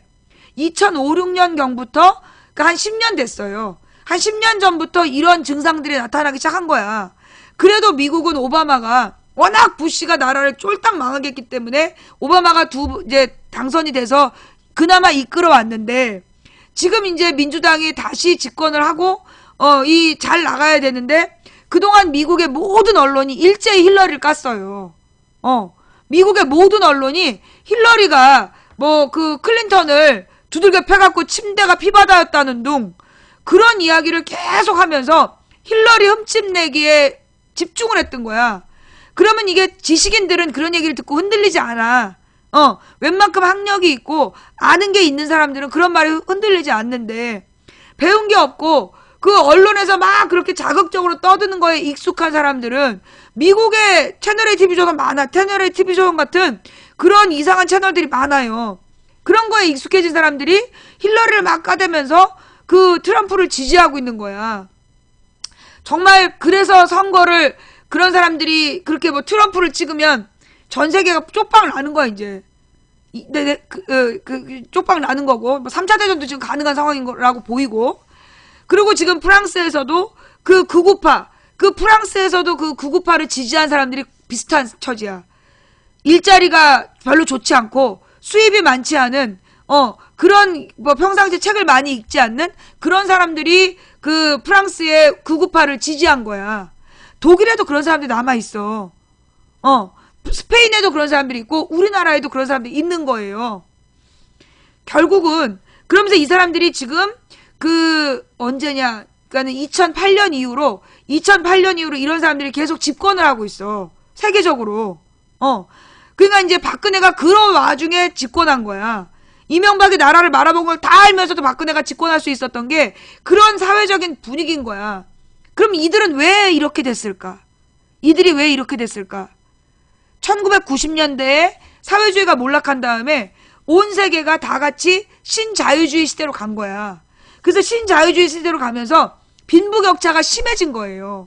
그래서 옛날에는 그나마 어떤 그 복지라는 개념이라든가 이런 걸 갖고 살았던 사람들이 그리고 복지, 평화 이런 긍정적 가치관을 갖고 살았던 사람들 그리고 옛날에 미국인들은 자유, 정의 이런 걸 굉장히 중시했어요. 옛날에 미국의 그런 그 뭐라 그러나 그 서부 영화들 우리 어린 시절에 그게 많았거든. 우리 어린 시절에는 미국의 서부 영화들에 나오는 영웅들은 뭐야 정의로운 사람들이었다고. 그리고 나쁜 놈들을 때려잡고 그런 사람들이 내 문화 속에서 자랐었던 사람들인데 이게 점점 이제 이 헐리우드 문화가 도덕적인 경계선을 허물기 시작한 거야. 그러니까 가령 애들 만화만 보더라도 그 왜 악당을 주인공으로 한 만화가 되게 많잖아요. 악당에 대한 연민을 표현한 만화들이 되게 많았어. 그죠? 이러면서 사실은 이제 미국 문화에서 어떤 도덕적 기준이 흔들리기 시작한 거야. 도덕적 기준이 흔들리기 시작하면서 정의에 대한 개념이 흔들리기 시작한 거고, 그렇게 되면서 이 90년대 이후에 신자유주의가 10년, 15년 동안 빈부격차를 강화시켰고, 그래서 결국 지금 박근혜를 지지하거나 미국의 트럼프를 지지한 사람들은 대부분 그런 빈부격차 속에서 어떤 나아질 희망이 없는 사람들이야. 근데 뭔가 그 자극적인 말로 막 세상 사람들을 막 공격하는 사람을 보면 그냥 쾌감이 느껴지는 거야, 자기도 모르게.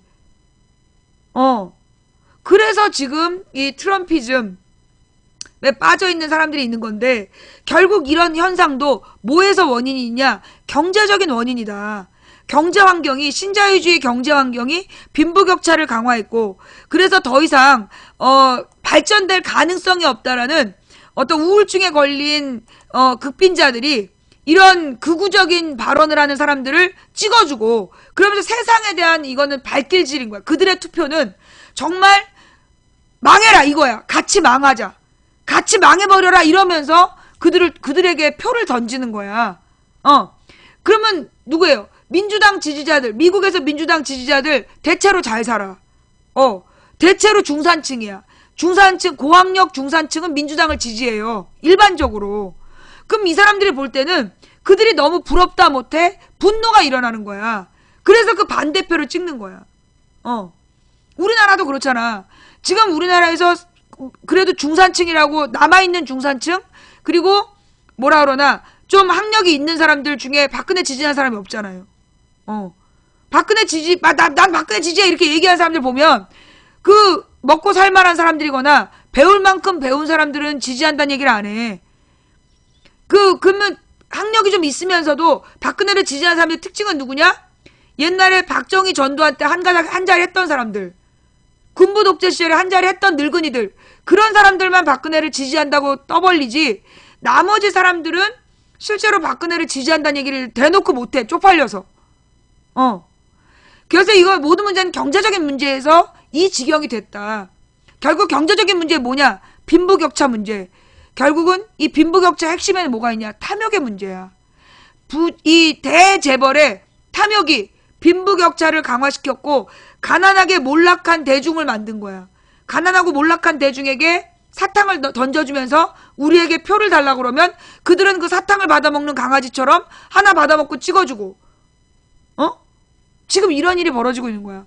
1%의 재벌이 그 모든 사람들의 부를 다 쪽쪽 빨아먹고 특히 가장 망한 사람들이 가장 하층민 30%야. 그들에게 사탕을 나눠주면서 표를 구하고 있는 거야. 그럼 이 사람들 배운 게 없고 아는 게 없기 때문에 그냥 무조건 그들을 찍어주는 거예요. 이건 뭐의 문제하고도 연관되어 있냐? 교육의 문제하고도 연관되어 있는 거야. 왜 이명박 박근혜가 계속해서 교육정책을 혼돈시키고 왜 교육정책을 무너뜨리느냐? 그 이유가 뭐냐? 국민을 바보로 만드는 거. 그게 목적인 거야. 이명박 때부터 교육제도가 개판이 됐어요. 그리고 박근혜가 덩달아서 지금 교육제도 개판, 상업선생한테 국사책 쓰라고 그러는 나라가 됐잖아. 그 이유가 뭐냐 하면 국민들이 제대로 된 교육을 받지 못하게 하는 게 목적이야. 국민들이 제대로 된 교육을 받지 못하게 하는 게 목적이라서 그래서 그들이 교육정책을 무너뜨리는 거야. 그리고 그들은 굉장히 자극적으로 슈퍼볼이라든가 NBA라든가 그런 걸 계속 만들어서 이 무지한 대중에게 스포츠에 열광하게 하는 거야. 우리나라도 요즘에 스포츠 뉴스가 너무나 발달되어 있잖아요. 정치 뉴스보다 스포츠 뉴스가 더 양이 많아. 그리고 스포츠 뉴스에 예쁜 여자를 투입해갖고 스포츠 뉴스에 더 공을 들여. 정치 뉴스는 뭐 한 1, 2분에 끝나버리고 날씨 뉴스, 동물의 왕국, 그 다음에 스포츠 뉴스야. 이건 뭔데? 국민들을 바보로 만드는 정책을 지금 꾸준히 피고 있는 거예요. 굉장히 지금 상황이 무섭다. 지금 특히 우리나라의 진보 세력들이 잘 알아야 되는 게 뭐냐면 당연히 박근혜 지지자들을 새누리당을 찍지 말아야지 왜 새누리당을 찍어요? 라고 얘기한 사람들 대부분 먹고 살만한 사람들이야. 박근혜 지지한 사람들이 왜 박근혜를 찍는지 모르는 사람들의 특징은 이 사람들은 먹고 살만한 거야. 배울 만큼 배웠고 배울 만큼 배우고 먹고 살만한 사람들이 진보정당을 지지해. 그러면서 도대체 왜 박근혜 찍는지 모르겠다. 그래서 우리가 매번 지는 거야. 쟤네들은 아까 얘기했던 이걸 기억해. 1%가 정권을 유지하는 법은 이 가장 가난한 35%에게 사탕을 나눠주고 표를 산다고. 그러면 이 사람들이 가서 찍어줘서 그걸로 집권한 사람들이야. 그런 원리를 잘 알아야 되고요. 요거는 이제 내가 사회경제학적으로 바라본 결국 신자유주의로 인해서 몰락한 빈민들이 어떤 사회적인 불만과 분노를 미친 정치인한테 표를 줌으로써 사회를 파괴하려는 그런 움직임이 보이고 있는 거다라는 건 내가 사회경제적 배경으로 바라본 거라면 나는 신앙인의 입장으로 볼 때는요. 지금 말세가 다가오고 있다. 심판의 때가 다가오고 있다. 그러니까 기독교에서는 어떤 생각이 있냐면 인간이 계속 이렇게 이 탐욕에 물들어서 이렇게 나라를 사회를 파괴하기 시작하면 결국 하나님의 심판이 다가온다. 하나님의 자기들이 안 챙겨보면서 우미나 정책이래. 되게 무식한 사람이 많대. 미안해. 우리가 네 수준 못 따라가서 미안해. 아유, 우리 방송에 들어올 때 들어온 애들의 상식 수준을 검토를 못 하다 보니까 네가 막 들어와가지고 못 알아듣는 말에서 미안해. 하던 얘기를 마저 하면 저는 신앙인으로 볼 때요. 신앙인의 입장에서 볼 때 지금 인류가 파멸의 길로 가고 있구나. 정말 이대로 가면 3차 대전이 일어나고 인류가 공멸할 것 같아. 이 무기산업자들의 미친 이 탐욕, 그리고 그 탐욕에 희생돼서 그들의 노예가 되어 있는, 그들의 인질이 되어 있는 이 무지한 다수, 그들이 결국 이 세상을 파괴할 것 같아. 이 탐욕이 이 인류를 멸망시킬 때가 됐다. 그러니까 우리 이 신앙적으로 이야기하는 말세의 징조들이에요. 너무 잔혹해. 너무 잔혹해, 지금. 돈에 미친 사람들이 돈 때문에 벌이는 일들이 너무너무 잔혹하기 때문에 이게 지금 말세의 징조가 왔다라고 나는 생각해요. 그럼 어떻게 해요, 망치부인님? 이제 지구가 멸망하나요? 인류는 멸망하나요? 근데 성경에는 이런 말이 있어요. 심판의 때가 온다. 그런데 그때는 아무도 모른다. 그게 무슨 말이냐? 어느 날 도적같이도 올 수 있다. 라고 이야기를 한 것은 말세를 두려워하란 뜻이 아니에요. 망치부인의 말세로는 뭐냐 하면 우리는 모두 말세에 살고 있어. 이대로 우리의 이 탐욕을 절제하지 못하면 우리는 반드시 공멸해. 그건 분명한 거야. 그런데 우리 인류에게는 뭐가 있냐면 자유의지라는 게 있어요. 어떤 면이냐? 우리가 의지를 갖고 고치려고 노력하면 언제나 우리는 세상의 마지막 단계에서 세상을 구했어요. 그게 뭐냐? 우리 모든 국민들이, 우리 모든 인류가 남을 위해 희생하고 헌신하려는 마음, 사랑하고 나누려는 마음, 가난한 자를 먹이신 예수님의 마음을 회복하고 남들을 위해 내 목숨도 내놓을 만큼 타인에 대한 희생정신을 갖게 되면 우리는 늘 인류의 말세를 연장시켜 온 거예요. 2000년 전 그리스 신전에 인류의 말세다라고 말세다라는 글이 있다며, 낙서가. 우리는 언제나 말세였어. 그러나 이 말세가 계속 연장됐던 이유는 뭐냐 하면 바로 예수님의 삶을 보고 나도 저렇게 누군가 다른 사람을 위해 먹이고 가장 비천하고 가난한 자들 편에 서고 사람들이 모두가 미워하는 사람들에게 사랑을 해주고 그래서 가진 자를 사랑해서 그 사람들이 베풀게 하고 그 세리 얘기가 그거예요. 이 세리는 되게 부자였어. 그 세리가 뭐냐면 세무서 직원이야, 지금 말로. 근데 그 당시에 이 세무서 직원이 원래 나라에서 딱 걷기로 한 세금보다 지 멋대로 더 걷어서 착복을 하는 아주 나쁜 놈이라 유대인 서민들이 다 미워했던 사람이야. 근데 예수님이 삭개오야 내려오라. 그래서 그를 보듬어 주셨어요. 그래서 그는 예수님을 만난 뒤에 어떻게 변했느냐? 자기가 가진 재산을 팔아 가난한 자들에게 나눠주고 자기가 불법으로 착복한 부분은 10배로 받고 갚아주고 그렇게 변화된 거야. 그리고 가난한 고아와 과부를 먹여 살리셨고 그리고 정말 장애인, 구걸해서 먹을 수밖에 없는 노숙 장애인들을 낫게 해주시고 5,000명의 그러니까 남자만 5,000인 그 다수의 군중에게 먹을 것을 나눠주신 분이 예수님이에요. 그렇게 하면 인류의 말세가 늦어지는 거야. 늦출 수 있는 거야. 그래서 예수님은 구원자인 거예요. 인류가 이 구원자의 개념이 뭐냐면 심판의 때, 말세에 구원받는다 이런 뜻이야. 말세 때 천국 백성이 되는 사람이 구원의 대상이란 얘기야. 그 말이 뭐냐 하면 결국 그거야. 예수님이 저마다 자기 십자가를 지고 나를 따라라. 그런 마음처럼 가장 약하고 힘없는 자들을 위해 죽을 수 있는 각오를 하고 나눈다라면, 그렇다라면 우리는 인류의 말세를 미룰 수 있는 거예요. 이건 내 신앙적인 입장이기 때문에 뭐 이렇게 듣고 말 같지도 않네 할 수 있어요. 좌우지간. 그래서 지난 한 주를 이렇게 돌아보면서 내가 느끼는 건 이 한 주가 되게 힘들었던 한 주였다. 그러나 우리는 한상균 위원장이 그 머리에 머리띠를 두르고 당당하고 의연하게 그 적들 앞으로 다가가던 모습을 기억해야 된다.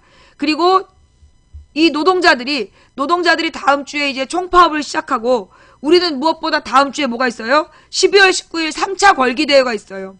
그 3차 걸기대회 전까지 어떻게든지 이번 주말에 쟤네들이 사고 하나 칠 거야.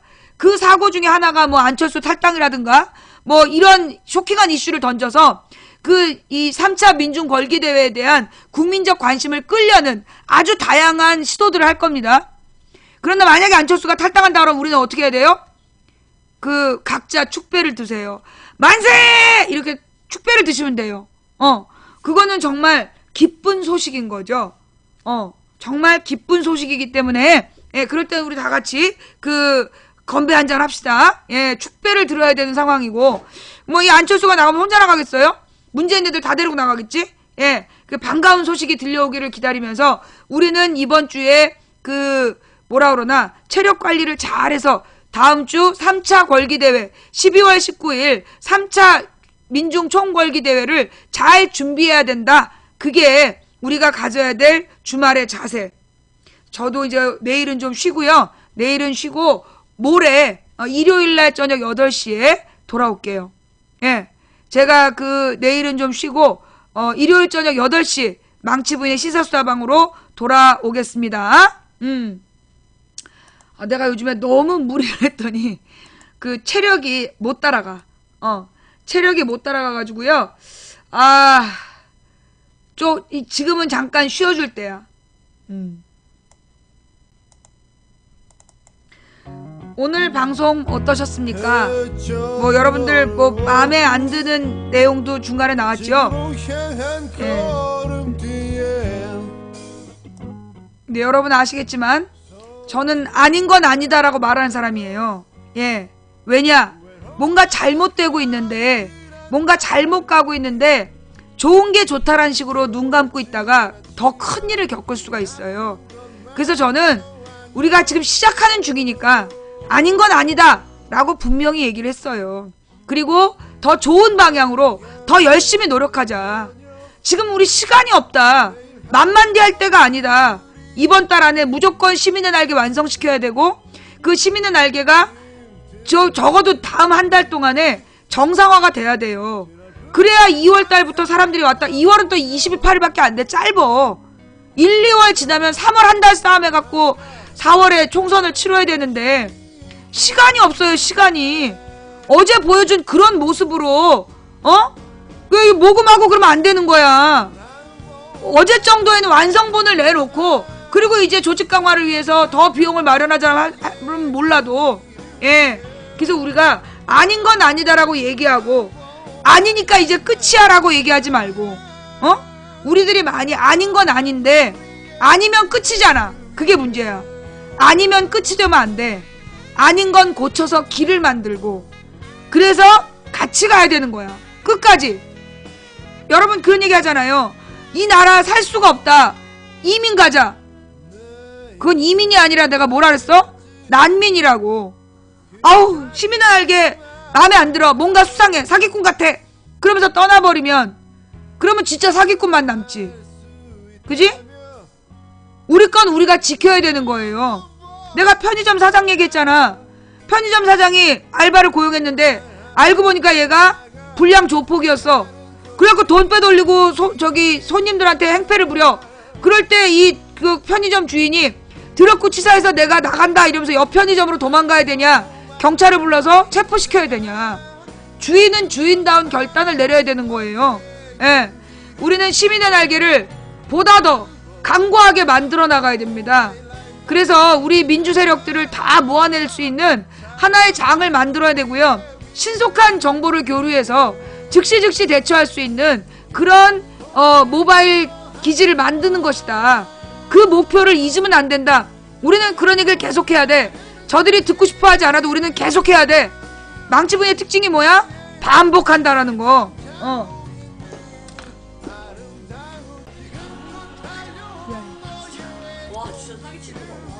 사기가 아니라 돈이 그밖에 없어. 네. 이제 조카한테 돈 다 털리고, 딸내미 밥값이 없네. 예. 자, 하여튼 그래서요. 우리가 해야 될 일은 뭐냐면 그 시민의 날개를 보다 더 튼튼하게 해야 된다. 내가 볼 때 어저께 우리가 본 그 시민의 날개는 비둘기 날개 같았어. 병아리 날개 내지는 비둘기 날개 같았는데, 우리가 만들려는 시민의 날개는 솔개의 날개, 독수리의 날개, 특히 바람을 맞아 거슬러 오르는 독수리 날개 같은 시민의 날개를 만들어야 된다. 그러니 우리가 어떤 뭔가 불만이 있으면 불만을 풀어가면서 해결점을 제시하면서 우리가 함께 가야 된다.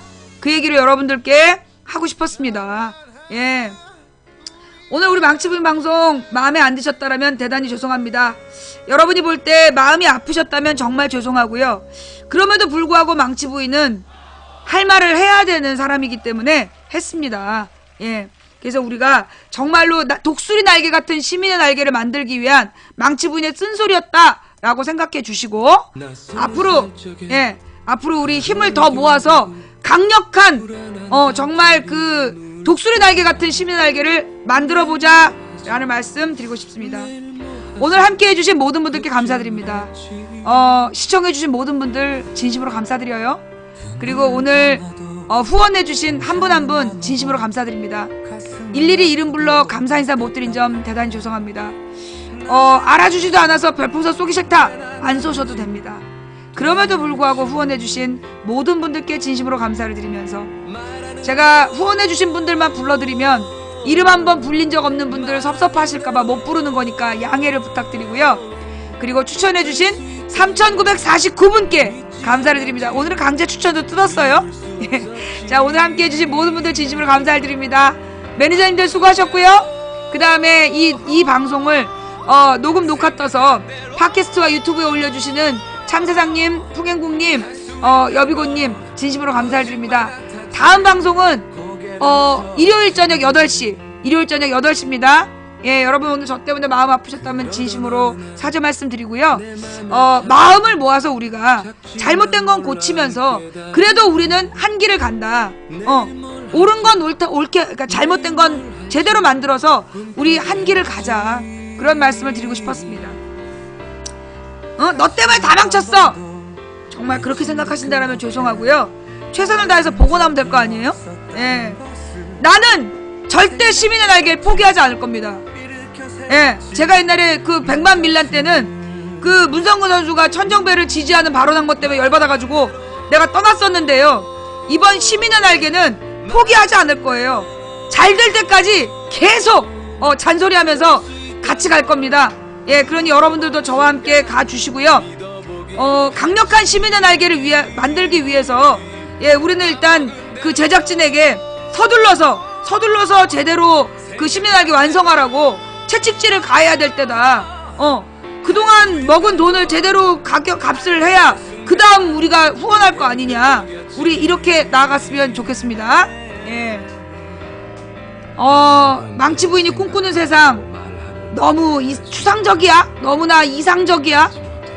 500년 전에 날고 싶다라는 꿈을 그 레오나르도 다빈치가 그리지 않았다라면 지금 우리에게 비행기는 없습니다. 우리가 오늘 꿈을 꾸어야 우리의 미래에는 현실이 될 겁니다. 한 사람이 꾸는 꿈은 꿈일 뿐이지만 100인이 꾸고 만인이 꾸면 현실이 된답니다. 한 사람이 날개짓을 하면 삽질로 보이지만 100인이 하고 만인이 하면 날 수 있을 것 같지 않으십니까? 강력한 시민의 날개를 만들어 갑시다. 된다고 믿든 안 된다고 믿든 당신의 믿음대로 될 겁니다. 누군가 간절히 소망하면 온 우주가 그의 소망을 위해 움직이기 시작한답니다. 우리가 가는 길은 갈만한 길이라서 가는 게 아니라 가야 할 길이라서 가는 겁니다. 빛이 보이지 않으면 우리가 빛이 되면 되고, 길이 끊어져 있으면 길을 만들면서 가면 되고, 누가 넘어지면 일으켜 세우면서 가면 됩니다. 어쨌거나 우리는 끝까지, 민주주의의 길 끝까지 같이 가봅시다. 도봉구 창동사는 불량주부였습니다. 함께해 주신 모든 분들께 진심으로 감사드리면서 오늘 방송 여기까지.